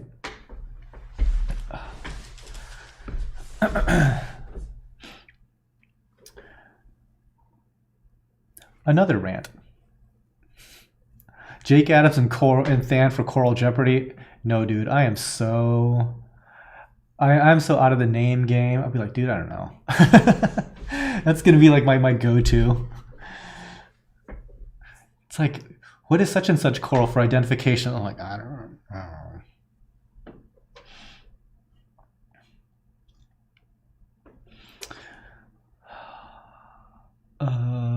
Let's see, Nick Johnson, real quick.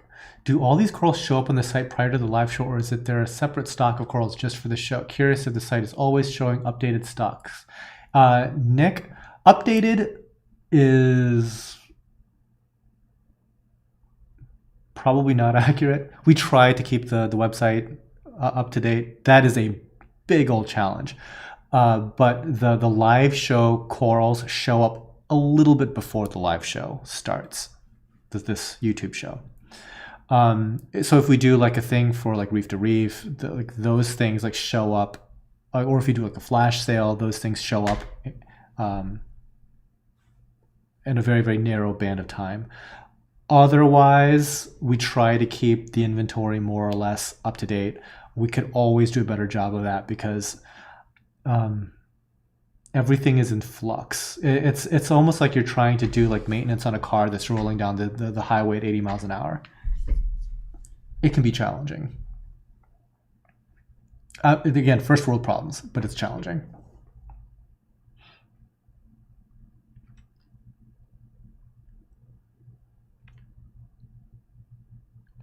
Nanoman Gaming, good to see you live, man. It's been a long time. I have been here. I have been here every month, almost.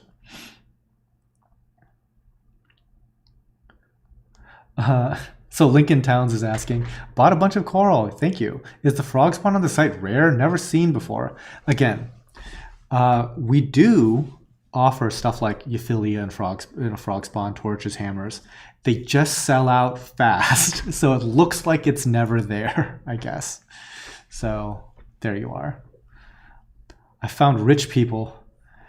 You know, I'll tell you what, when it comes to like corals, I don't think I can pin down the socioeconomic class of my customers.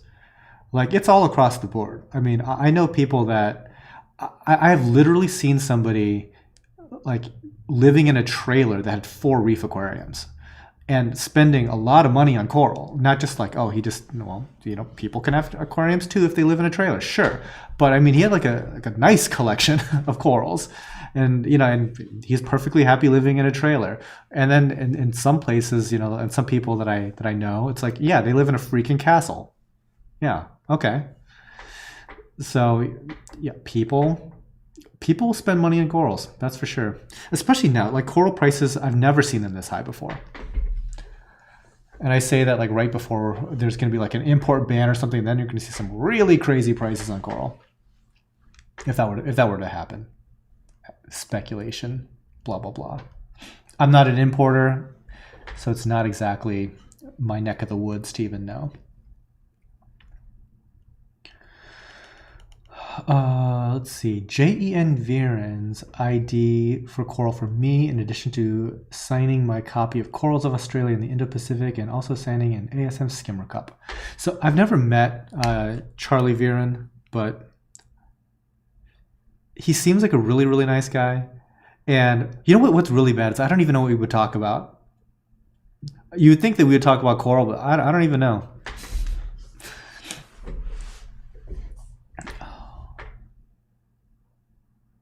Like, strangely, he and I, like, come from different worlds. Like, he comes from, like, the diving world, and I come from, like, the aquarium tank world. It's different. It's just different. Steve Luff, hello from England. Welcome. I would like to come and visit England again. I was just there in 2019.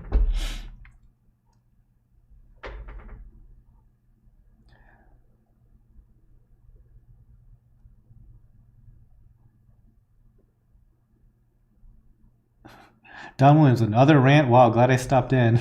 Learn about more of my hobby and love just because. The rants are kind of fun. Okay, Vanessa, hi. I just placed an order, but I made a mistake with my order. How do I go about correcting it? Your best bet is just to send us an email. And I don't know like how you made a mistake, but just like, again, just send us an email and we'll try to fix it on our end. There's not a lot a customer can do about a messed up order. Like, I mean, if you just place an order for like the wrong item or something, that's no big deal. We'll just give a refund. If it's like a shipping thing, we should probably, you know, get a note onto that thing and all that stuff. But please just send us an email at support@tidalgardens.com, Vanessa. Angry Owl, welcome. MB Reef, welcome as well.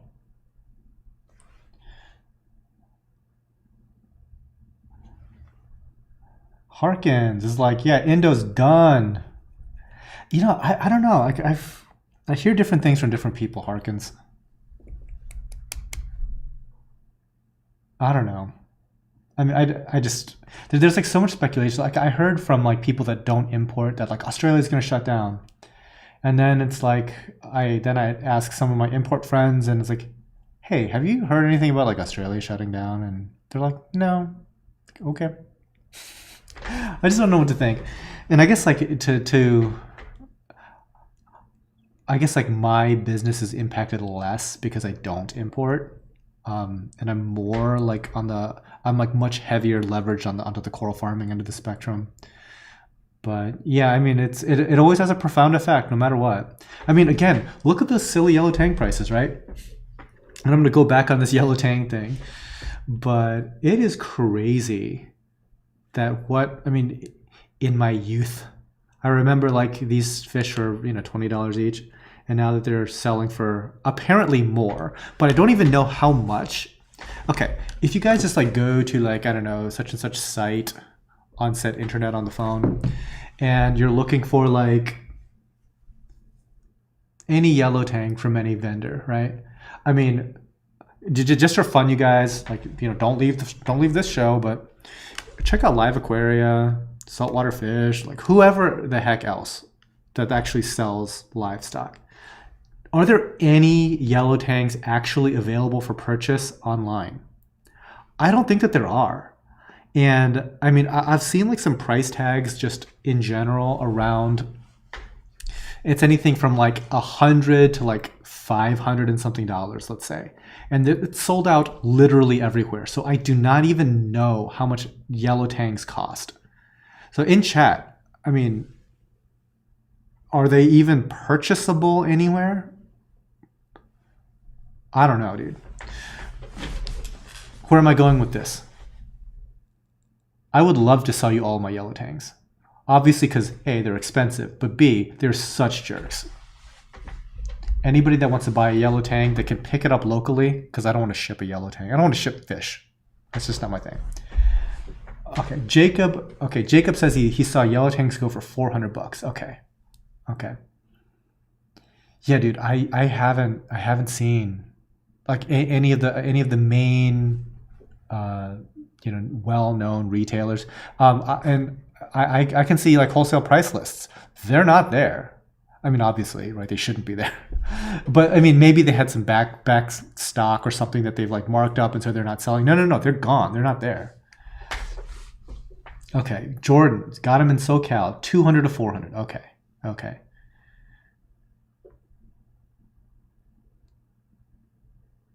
In Israel, it's 1,000 something.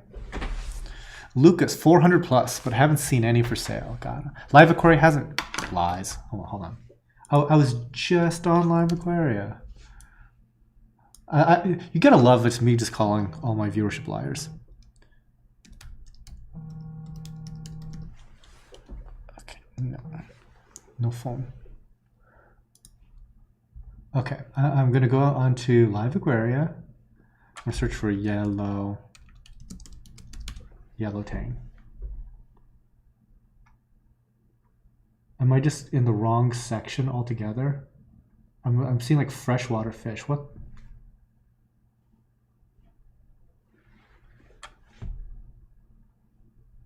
What happened to Live Aquaria? Like, does your search not even work? Marine fish, tangs. Okay, we're gonna drill down here.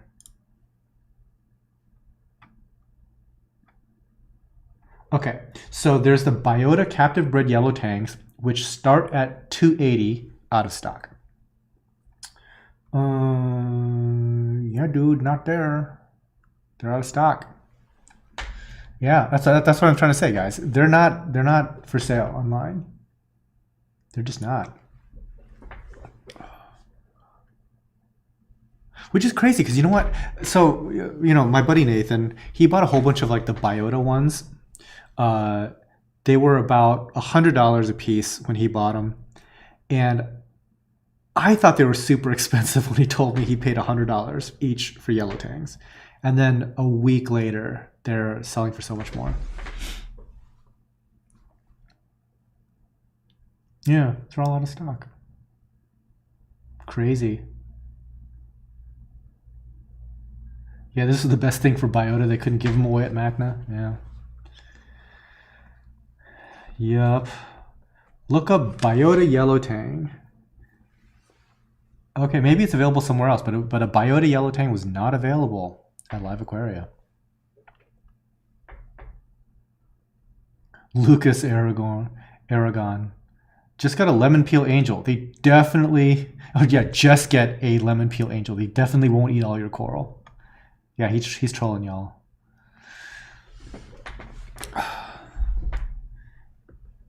No, but seriously, if you're local and you want a yellow tang, come see me.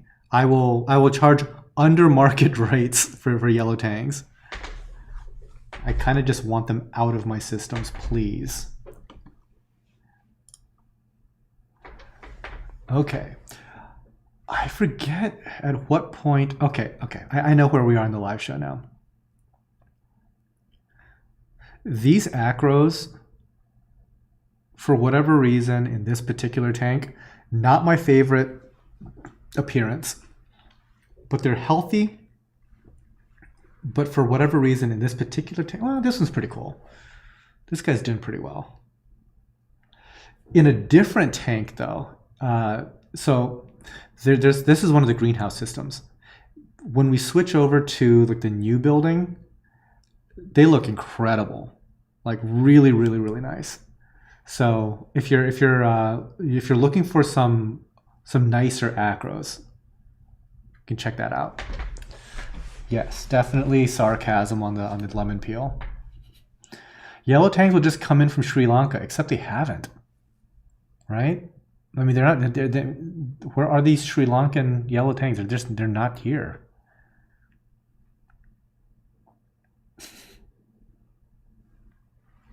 Jacob, I will come to you. I'm an hour from you. Hey man, if you're serious, send me an email. We'll get you a yellow tang.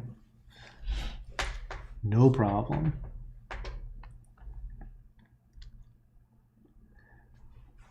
So this is something that okay, this is gonna be okay. Totally okay.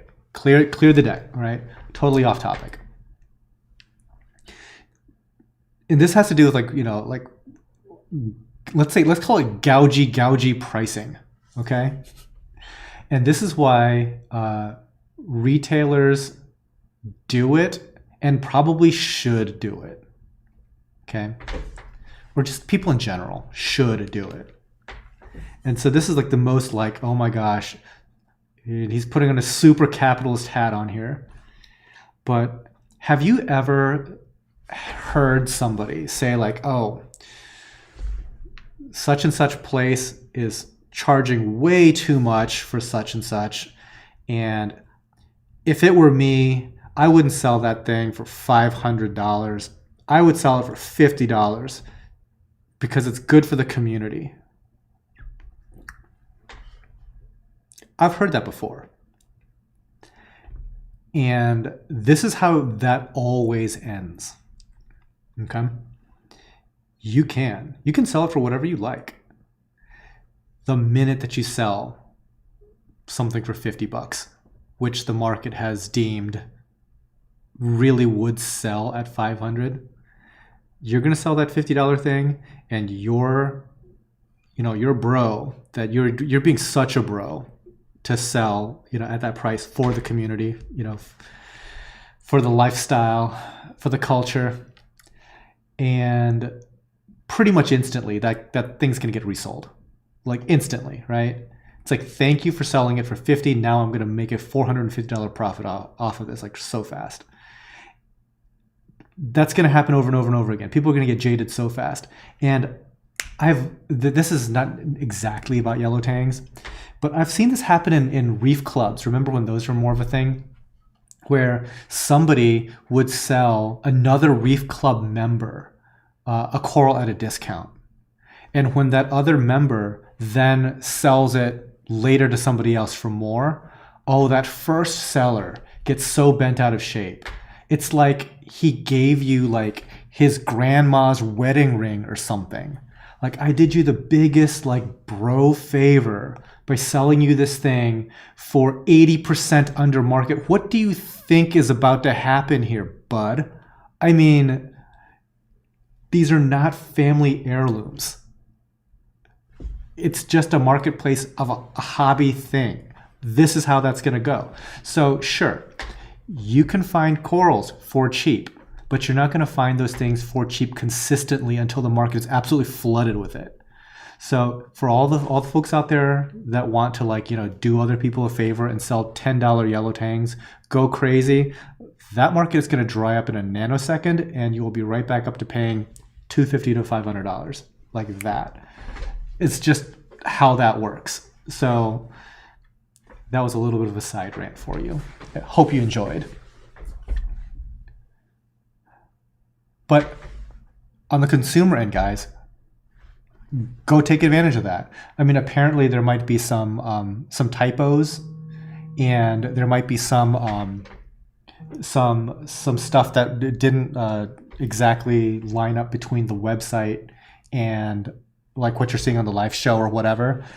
If we have something on that's like mislabeled, that's $3 on the website, and we're putting it up for $142 here, buy it, okay? I'm not gonna be mad about that. Like, and I wouldn't be like, you have to keep it in your tank though. No, resell it. Okay. Anyway, that was my little side rant.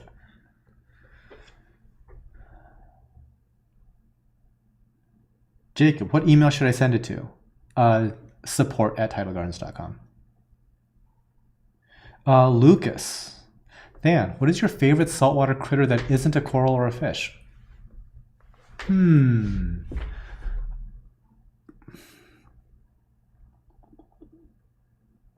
I would say that it's a trochus snail, but I don't think that's true.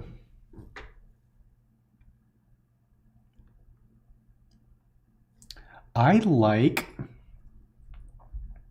Okay, this is kind of cheating, but I like Maxima clams and stuff, like really cool clams.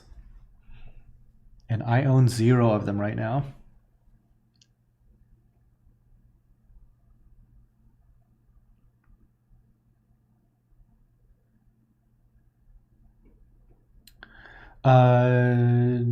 Demeric Ballard, do you still have those hermits that live in the corals?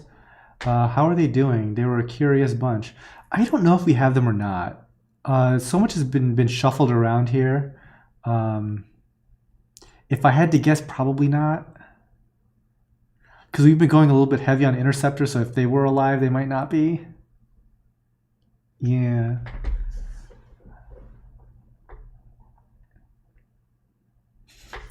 Neil Ends. Okay, perfect example. Okay.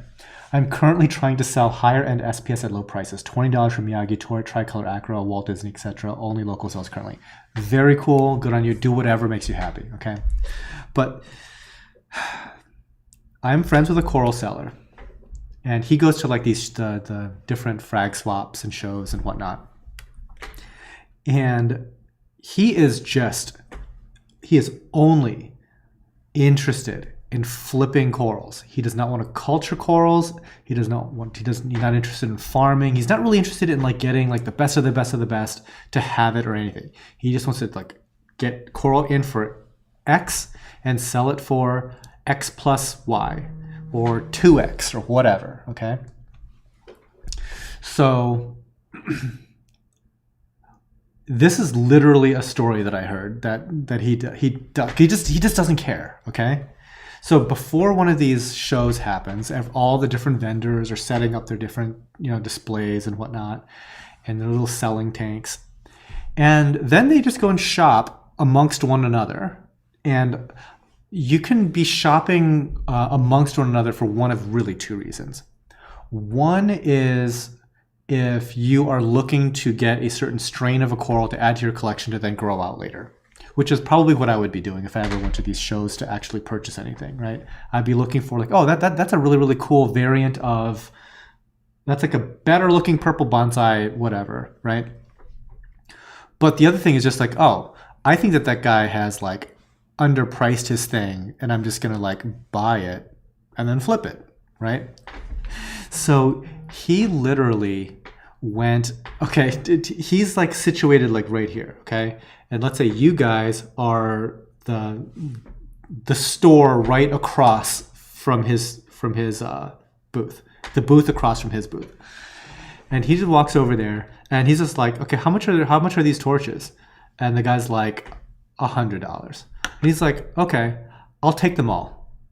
And so, sure, that guy should be happy, right? That was his asking price. He sold all of his torches.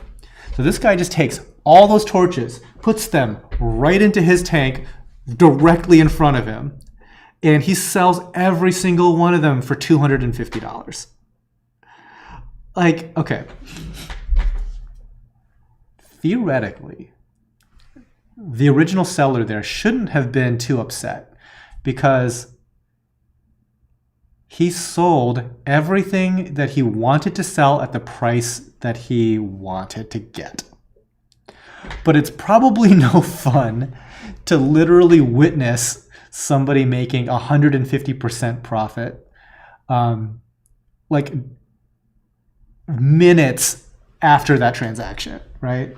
So, okay, obviously, like you might not be in that same situation, but that's the kind of thing that does tend to happen. So, Neil, good on you. Do what you like, but I had to tell that little anecdote because I get kind of tickled about that. Now, I don't know if that original seller was upset, but I have seen other people get like really bent out of shape, like as if they sold so-and-so their grandma's wedding ring. It's like, no, guys, it really was just a torch. Albert Montiero, I'm a real estate agent in Toronto. I see this happen all the time. Yeah.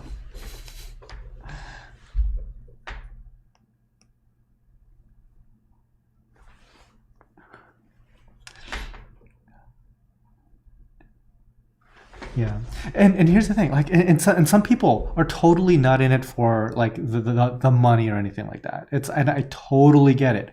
It's a hobby, right? Unless you're me, then it's not a hobby. But like, yeah, if you just don't care, like let's say like this highlighter behind me, right? If I have like if I was like a hobbyist and I just had a huge colony of it, I just needed to trim it back, and I just want to go to a store, to a show, not a store, but just go to a show. I'll just do like a couple of trades, get a couple of corals that I didn't have, and maybe like trade it in at my local fish store to get some salt for next month. There's nothing wrong with that, like nothing at all, right? And nobody got screwed or anything. Like, no, it It was that, or it was going in the trash, right? I needed to trim back a colony. Cool. Like, nobody's going to be like, you're a garbage business person. It's just a hobby, right? It's not a big deal. So I get it. Jim Brown, he got his asking price and an education. Yeah. You know, here's the thing. I'm not even banging on that particular vendor, because you know that same guy that did that, you know, he came to Tidal Gardens. He said, how much are your torches? And we said, they're $245 a pop. He said, I'll take them all. And we're like, okay. We apparently had underpriced ours. But, you know, that's just one of those things. And you know what? We weren't upset. I was like, go crazy. Like, you bought all of our torches at our asking price. Cool. I got exactly what I wanted. Yeah, that is kind of funny though. It did occur to me that that anecdote of like him doing that at a trade show. He literally did that to me too, but it wasn't at a trade show. Oh boy. I don't understand why torches are so expensive. There's a woman selling torches for $25 to $250. $25 is like really cheap.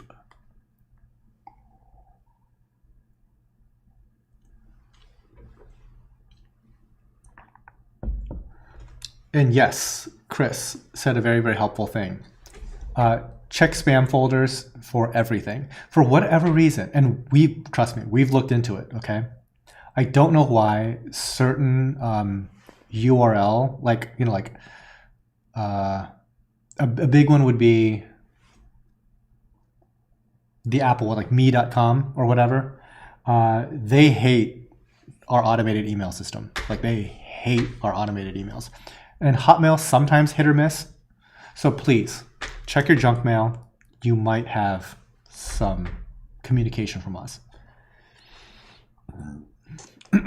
Is that seriously your water cup, man? A coffee press? Yes. Need to hydrate. I need to hydrate. Like, I drink oceans of water because, like, something kidney stones or something. It's way better when I drink more.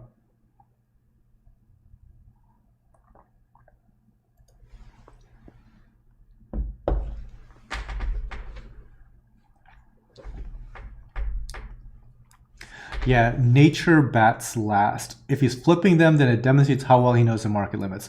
Yeah, that dude goes to, okay, well, 2020 may not have been like, you know, the most normal of his years. But, I mean, in a normal, non-pandemic year, I think that he goes to over 60 shows a year, something crazy like that. And so he sees everything as far as like, you know, and so he's in it to flip, and that's his sweet spot. So yeah, it is funny. So like that torch story I think is hilarious only because he sat down like right in front of that same vendor and like doubled up or whatever.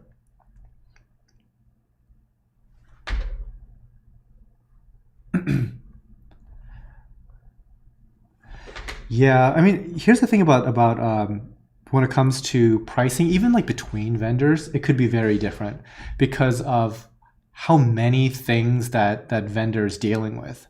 So, for example, during like the last like big reef to reef show, well, no, is that a bad story? I don't think it's going to go anywhere. There's like certain corals, let's just say, in our collection that are like stupidly expensive, but now are like growing out of control. So they're no longer going to be stupidly expensive. Like the price is going to be diving on that only because we need to like make room. Conversely, there's probably some cheap corals in our collection that are going to be a poor value if you buy it from us, because we only have 3 of them and we want to maintain our inventory. It'll be cheaper literally anywhere else you should buy from them. Like, that's just kind of how that works. So if it's like, if you want one from us, okay, well, I mean, we might sell you one, but it's not going to be that fun. It's like it's going to be a hard overpay, but I mean, some people just don't care. Let's see. Ghostly Ghost. Is there any frog spawn showing up? Yes. I mean, there was one previously. I don't know what number it was. And if you're also on Tidal Gardens, like the website tidalgardens.com, you can see into the future and see exactly what's upcoming, unless it's already sold. There's that. Harkins, is that Frosty? Yup. Okay. Lincoln Towns, random question. What is that counter on the top left? Okay, it is subtle, but that is a graphic kind of illustrating color change.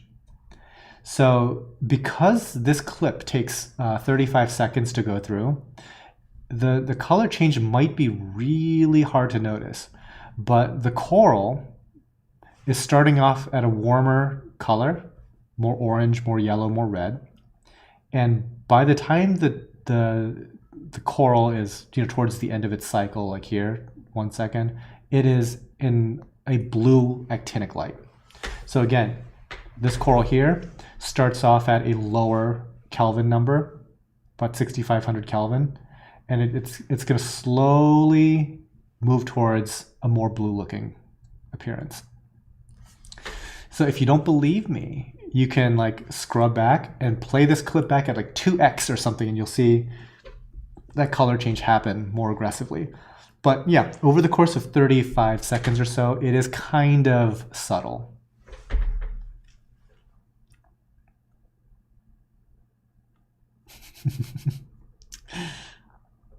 Lucas, I'm going to ship you a beer stein for that hydration effort.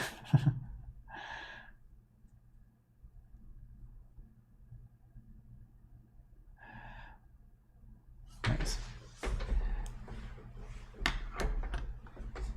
So, let's see. Anti-venom FIJIs. We were really low on that coral for a really long time. So now that I see the price of that, my guess is that we have more of them.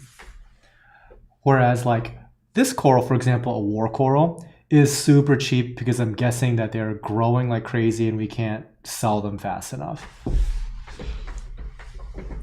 So you know what's like really crazy? Like really crazy is on an importer's price list for war corals, they're like hundreds of dollars. Wholesale. That's kind of like one of the little weird things about coral farming that happens, because there's like I saw I'm like spilling the tea a little bit on some of the behind the scenes stuff, right? Do you guys know what a Hollywood stunner is? Going back to like the funny coral names, I could just say it's a green chalice. It might be an echinopora. It's a Hollywood stunner, guys. Do you guys know what I'm talking about? Green chalice. Wholesale, a 2-inch piece wholesale is over $130. Hollywood stunner, right? We might have been selling some on this show, I don't know, but my guess is it would be under $20 retail. It's so weird how like that kind of stuff happens. So I would think that if more companies really took a hard look at the coral farming end and less of like the chop shoppy stuff, but like real honest to God scaling of coral farming, which is, by the way, extraordinarily difficult. Know from personal experience. Yeah, I think that it would actually be a good downward price pressure, but right now, because it's not there yet, a lot of it is still being priced off of import numbers, and that's why you do get like a lot of expensive stuff, especially in the stuff that can't be farmed very well, like the euphyllias. Yeah, you sold them for 10 bucks. There you go. Yes, not even joking. That piece wholesale is over 100 bucks.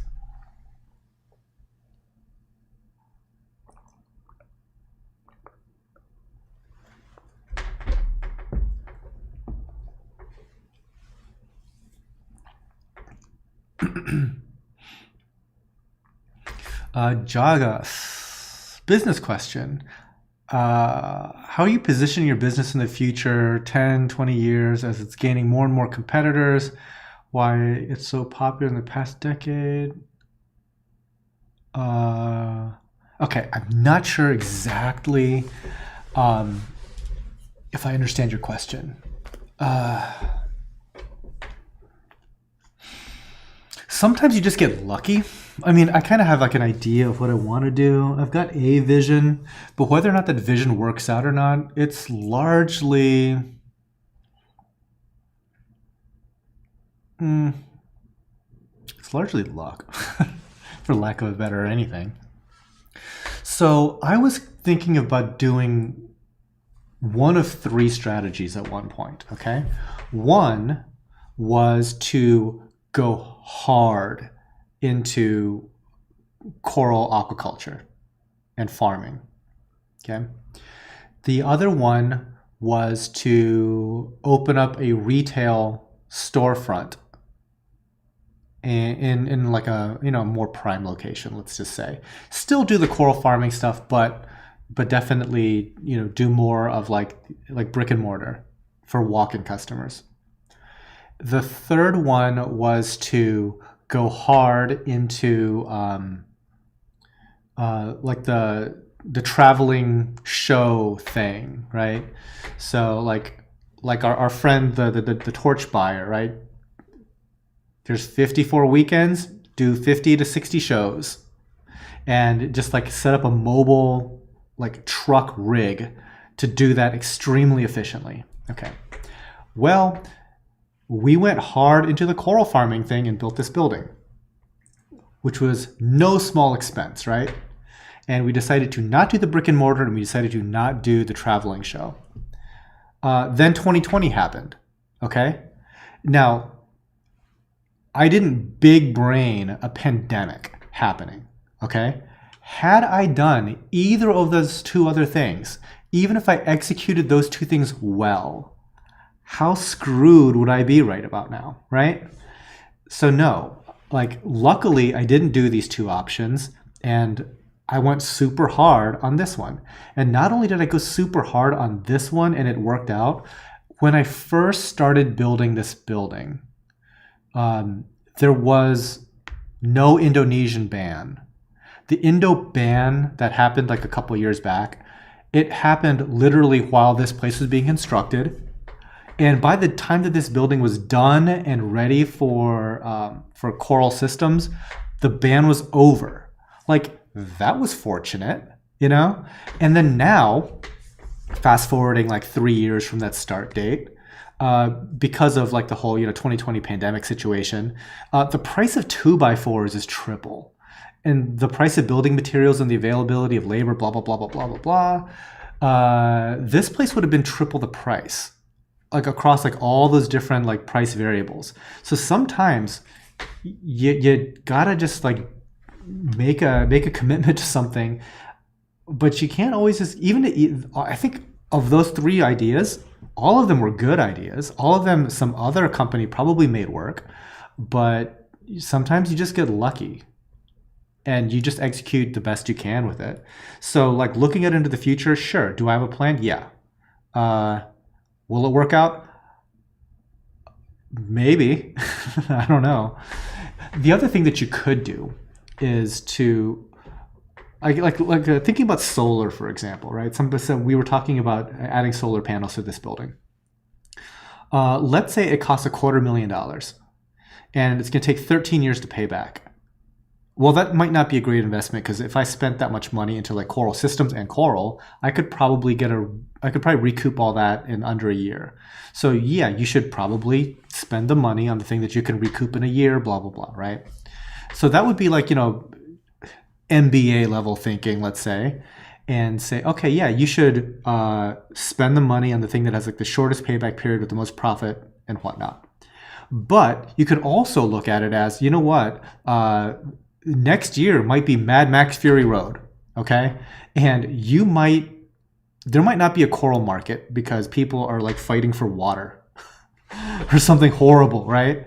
And at that point, maybe energy autonomy is like, oh, this is how you survive Fury Road, that sort of thing. You survive the neo-apocalypse. And you know, there's some validity to that, where like the business is really like a ratchet. It's like you make the progress forward, but you never go back. Whereas like if I double, triple down on coral farming, well, you know, things could happen. Like with this, you know, Congress could just be like, oh, as part of the Endangered Species Act, ownership of coral is now illegal. That's going to put a dent into my coral farming activity. I'm just going to say that could do bad stuff, right? So you kind of have to, like, you know, think in terms of all possibilities and just weigh stuff. But even then, you know, like I didn't see 2020 coming. That's for sure. Boy, that was a long rant. Hope you guys enjoyed that. Let's see. Kirk Johnson, hi Than. When do you think you'll be putting up more euphyllia on the site? I need a torch. We will. We will. I guarantee you we will. That is on Luke's plate of activities.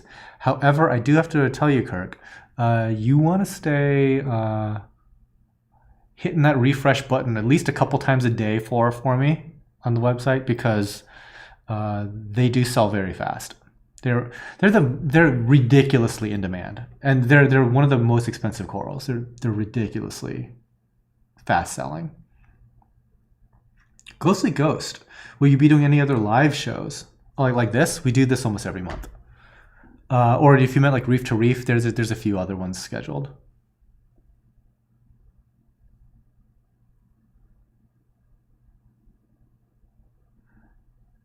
YT Reeferman, do corals eat pods? Yeah, they do. If they can catch them, they will. You know, I think that pods in general, though, are, especially like amphipods, copepods, they're not that great tasting. So, yeah, I've seen like corals just kind of like let that stuff go. They'd rather eat mysis shrimp or something. Oh. Okay. I'm going to check one little quick thingy real fast, because I forgot how many corals are actually on this show. We're coming close to, I mean, maybe we're not close to the end, maybe a half hour, possibly. Let's see here. It's funny, I have to go to my own site because I don't know how many corals I have on this show. Okay. Nope, that's not what I'm looking for. All right, about 250-ish, 250 and change. Okay, good to know. Because we are currently on 220. All right, so we have a little over a half hour, I'd say. So with that in mind, guys, if you do have questions, now's the time to ask. Don't be too shy. And I apologize for the people that I haven't gotten to. I don't see every comment that goes through.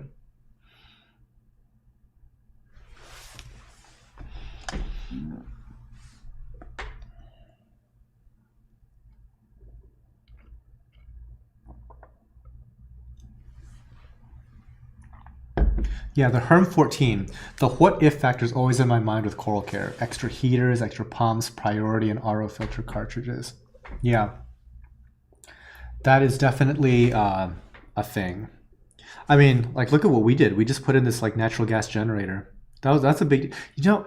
Okay, going back to luck, right?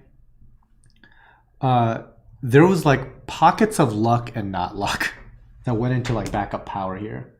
Mostly luck.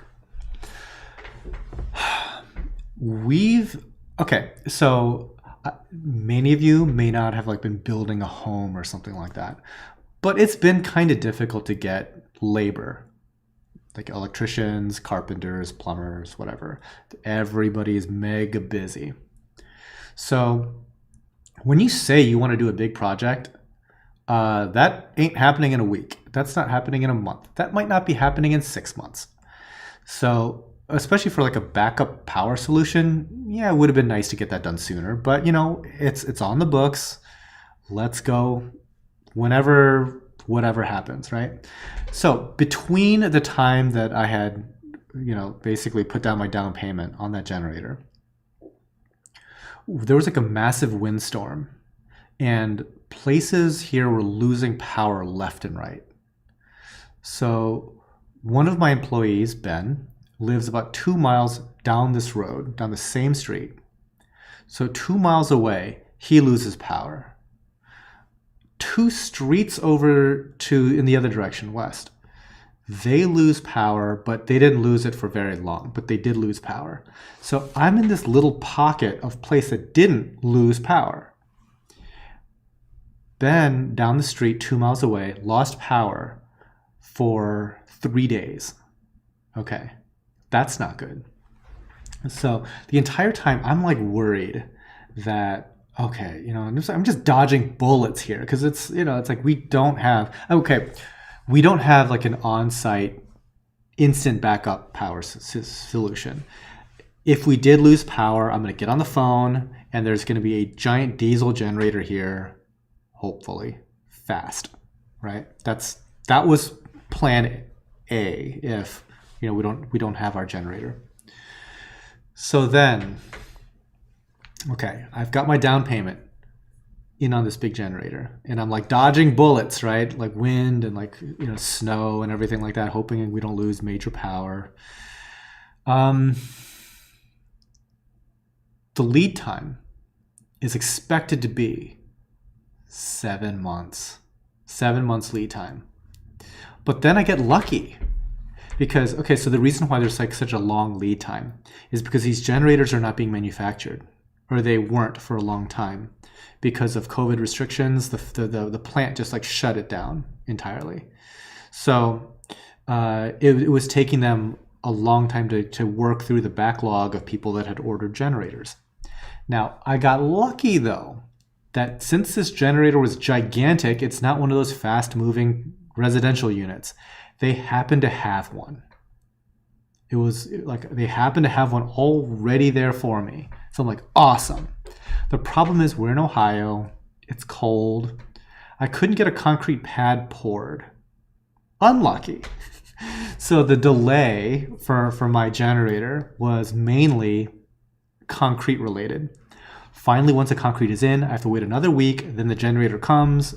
Then, you know, like days later, hooking up all the electrical. Finally, it's here and working. But like these are like the weird things of like luck and not luck that just go into it.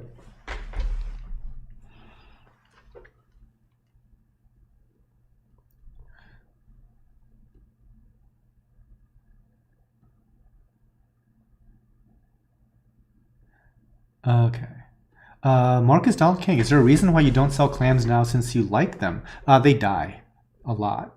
For whatever reason, we suck at keeping them because, you know, we're doing like coral dips and weird stuff that like, I think that like the trace amounts that like get into their tank kills them.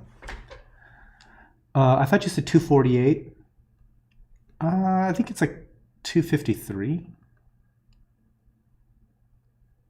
I don't know. I don't know what we're talking about, Harkins. Let's see. How do you decide when to change your listing to the updated taxonomy names? Asking because the microlords are updated, but the Homophilia barabanki is still an ACAN. Okay. This is going to sound both silly but super obvious at the same time. I actually don't care what the scientific community cares about or thinks. I care about what Google thinks. So if there's more results based on Google search, that's what I'm going with 1,000,000% of the time. I don't care what's scientifically accurate. Clip that. Let's see. How do you heat your farm water? We have a natural gas burning system that runs heat exchangers. The merch site took a dump. Really? Spring is down? Or is our link down?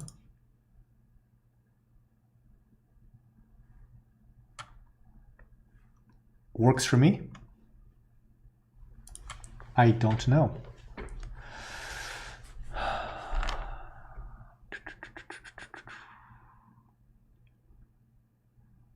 DEERE, oh man. Deresian? I have a vastly understocked 150 tank that I've started up about 5.5 months ago. Is there any reason why it would be a bad idea to add about 10-ish corals at once? I mean, if you're not like experiencing like rampant algae growth or something like that, it's probably fine. I mean, just do a water test, do a quick water change, see where you're at. But I can't imagine it'd be terrible. Lincoln is much more easy to keep. Yeah, more or less. It's pretty good. Pretty easy.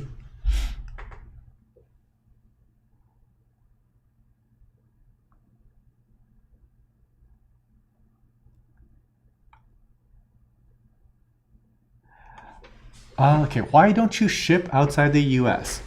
Okay, shipping internationally is a problem. Okay. There's a lot of paperwork involved. There's a lot of like international treaty stuff.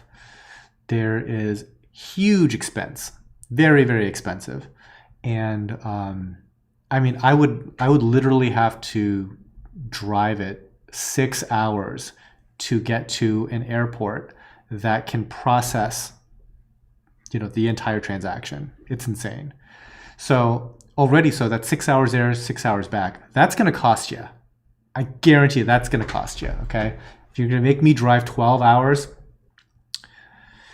thousands just for that part. Then the actual shipping overseas, and then whatever country you're located in has to be able to process this so it doesn't get stuck in customs. Not every country is able to process CITES before coral starts dying. There's a whole thing that goes on with that. So the reason why I don't ship is because the size of order that would have to make sense for me to get an export license, make this drive, 12 hours to get to Chicago, do all this stuff, pay thousands of dollars in fees and shipping to get it to you. The size of that order better look really close to 50 grand. Like anything less than that is not like a non-starter. So like the idea of just like, oh, I just wanted like 3 corals. It's like never going to happen. That's going to be the most expensive 3 corals anybody's ever paid for, essentially. Yeah, but so export from the United States to another country is very uncommon, mainly because the vast majority of like the entire reef aquarium industry is in the United States. So like there's not a lot of incentive to send it out. I think I saw some stat about like 70% of the market is the United States. So now that the coral's in the United States, it's likely to stay in this economy. Yeah. Hey Than, something is buggy with the link to your merch from the TG webpage. I just did it, guys. I was just there. So I'm gonna go to tidalgardens.com, and then at the very top banner, I clicked on merch, and it took me to Spring.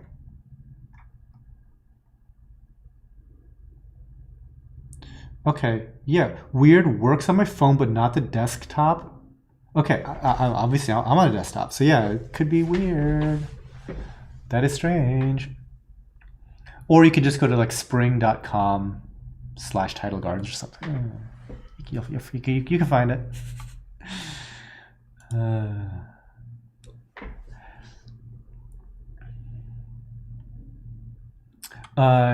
Jagas. Do USA have geodesic waters below the surface for cheaper heat? Not that I know. Some places might. Not Ohio does not. Here's a little tidbit about how efficient our buildings are when it comes to heating. Okay, my natural gas bill. We pay very little for natural gas, but we've also designed stuff fairly well. My house, the greenhouse, this building, which is like 9,000 square feet, by the way, plus all the aquariums are all heated by natural gas. My heating bill is low enough that it is not even on my mind when it comes to my bills, because believe it or not, the heat packs, okay? The heat packs that we send out our boxes in to get to you guys safely, I pay double for heat packs than I do on the heating for all of my buildings here and all of my aquariums. Like, the big heating bill is the boxes of corals that I send to you. It's crazy sauce. So I don't know, if you're really curious about what that small number might be, go crazy, but no, it's just not a very big number. So yeah, we don't have to get too creative when it comes to like the heating side of things. Now, to keep the boxes better heated, that's a different situation. Port Wolf, hello Than, it's been a while. Hello, welcome. Just in time for the show to almost end. Let's see, Jay Wu, any plan on adopting sexual reproduction of corals when there's more reproduction methods? Yeah, it's always been something that's been interesting for me. The problem right now is that there's a million projects and not enough project doers. There's no shortage of projects here. Whole bunch of unopened boxes downstairs with stuff to do. And if we did anything like that right now, it's just going to get neglected. So not right now. The other thing that makes me not want to do the coral breeding thing is just because I know a little bit about it. There's like a ramp up where you stress the heck out of these things. And they're basically in like 83-degree water for like a month and a half or something like that. Because you're simulating the summertime in the natural reefs in some of these places. And yeah, these corals are like struggling. They're looking like terrible. They're all brown and they hate you. And then, so let's say like I'm trying to like do something with scolies, right? Homophilia australis. That helps. Of course it doesn't. Scolies. Okay, so great. I got scolies to produce eggs. How long now do I have to dote on eggs before I get scolies that I can actually sell? Because if we're talking 5 years, this is a hardcore non-starter.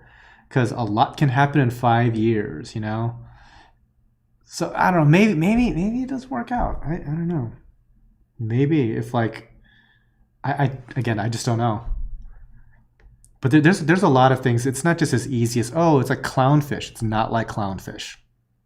Coral breeding, there's a reason why coral breeding hasn't really been a thing.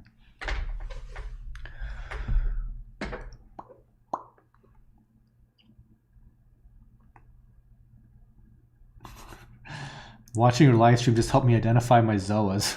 You're welcome. Harkins, that mushroom on the cover is some sort of bouncy mushroom, orange rhodactis. Yeah, something like that. Yep, that is true. Jacob, has there been any research into farming Trachyscholies and other corals like them? Yeah, and supposedly it's easier than acros. Supposedly because these large polyp stonies that you're talking about, Trachyscholies, stuff like that, they internally fertilize. So when you get an egg, it's a fertilized egg. Whereas with acros, you have to like actually catch the sperm, catch the eggs, tumble them in like a creasel, like a jellyfish tank sort of thing. And then you get them to settle out, fertilized, and then you have to make sure that the algae doesn't overtake them. And so usually what they do is you do a coral culture and a sea urchin culture at the same time. So when the little baby sea urchins start to settle, they eat the algae but don't eat the corals. Because once you get like big sea urchins in, they'll just eat the corals. But yeah, so it's like, that's kind of the process, guys.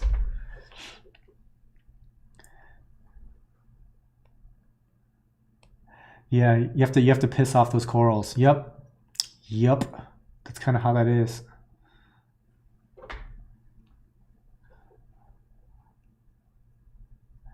Making bread, good.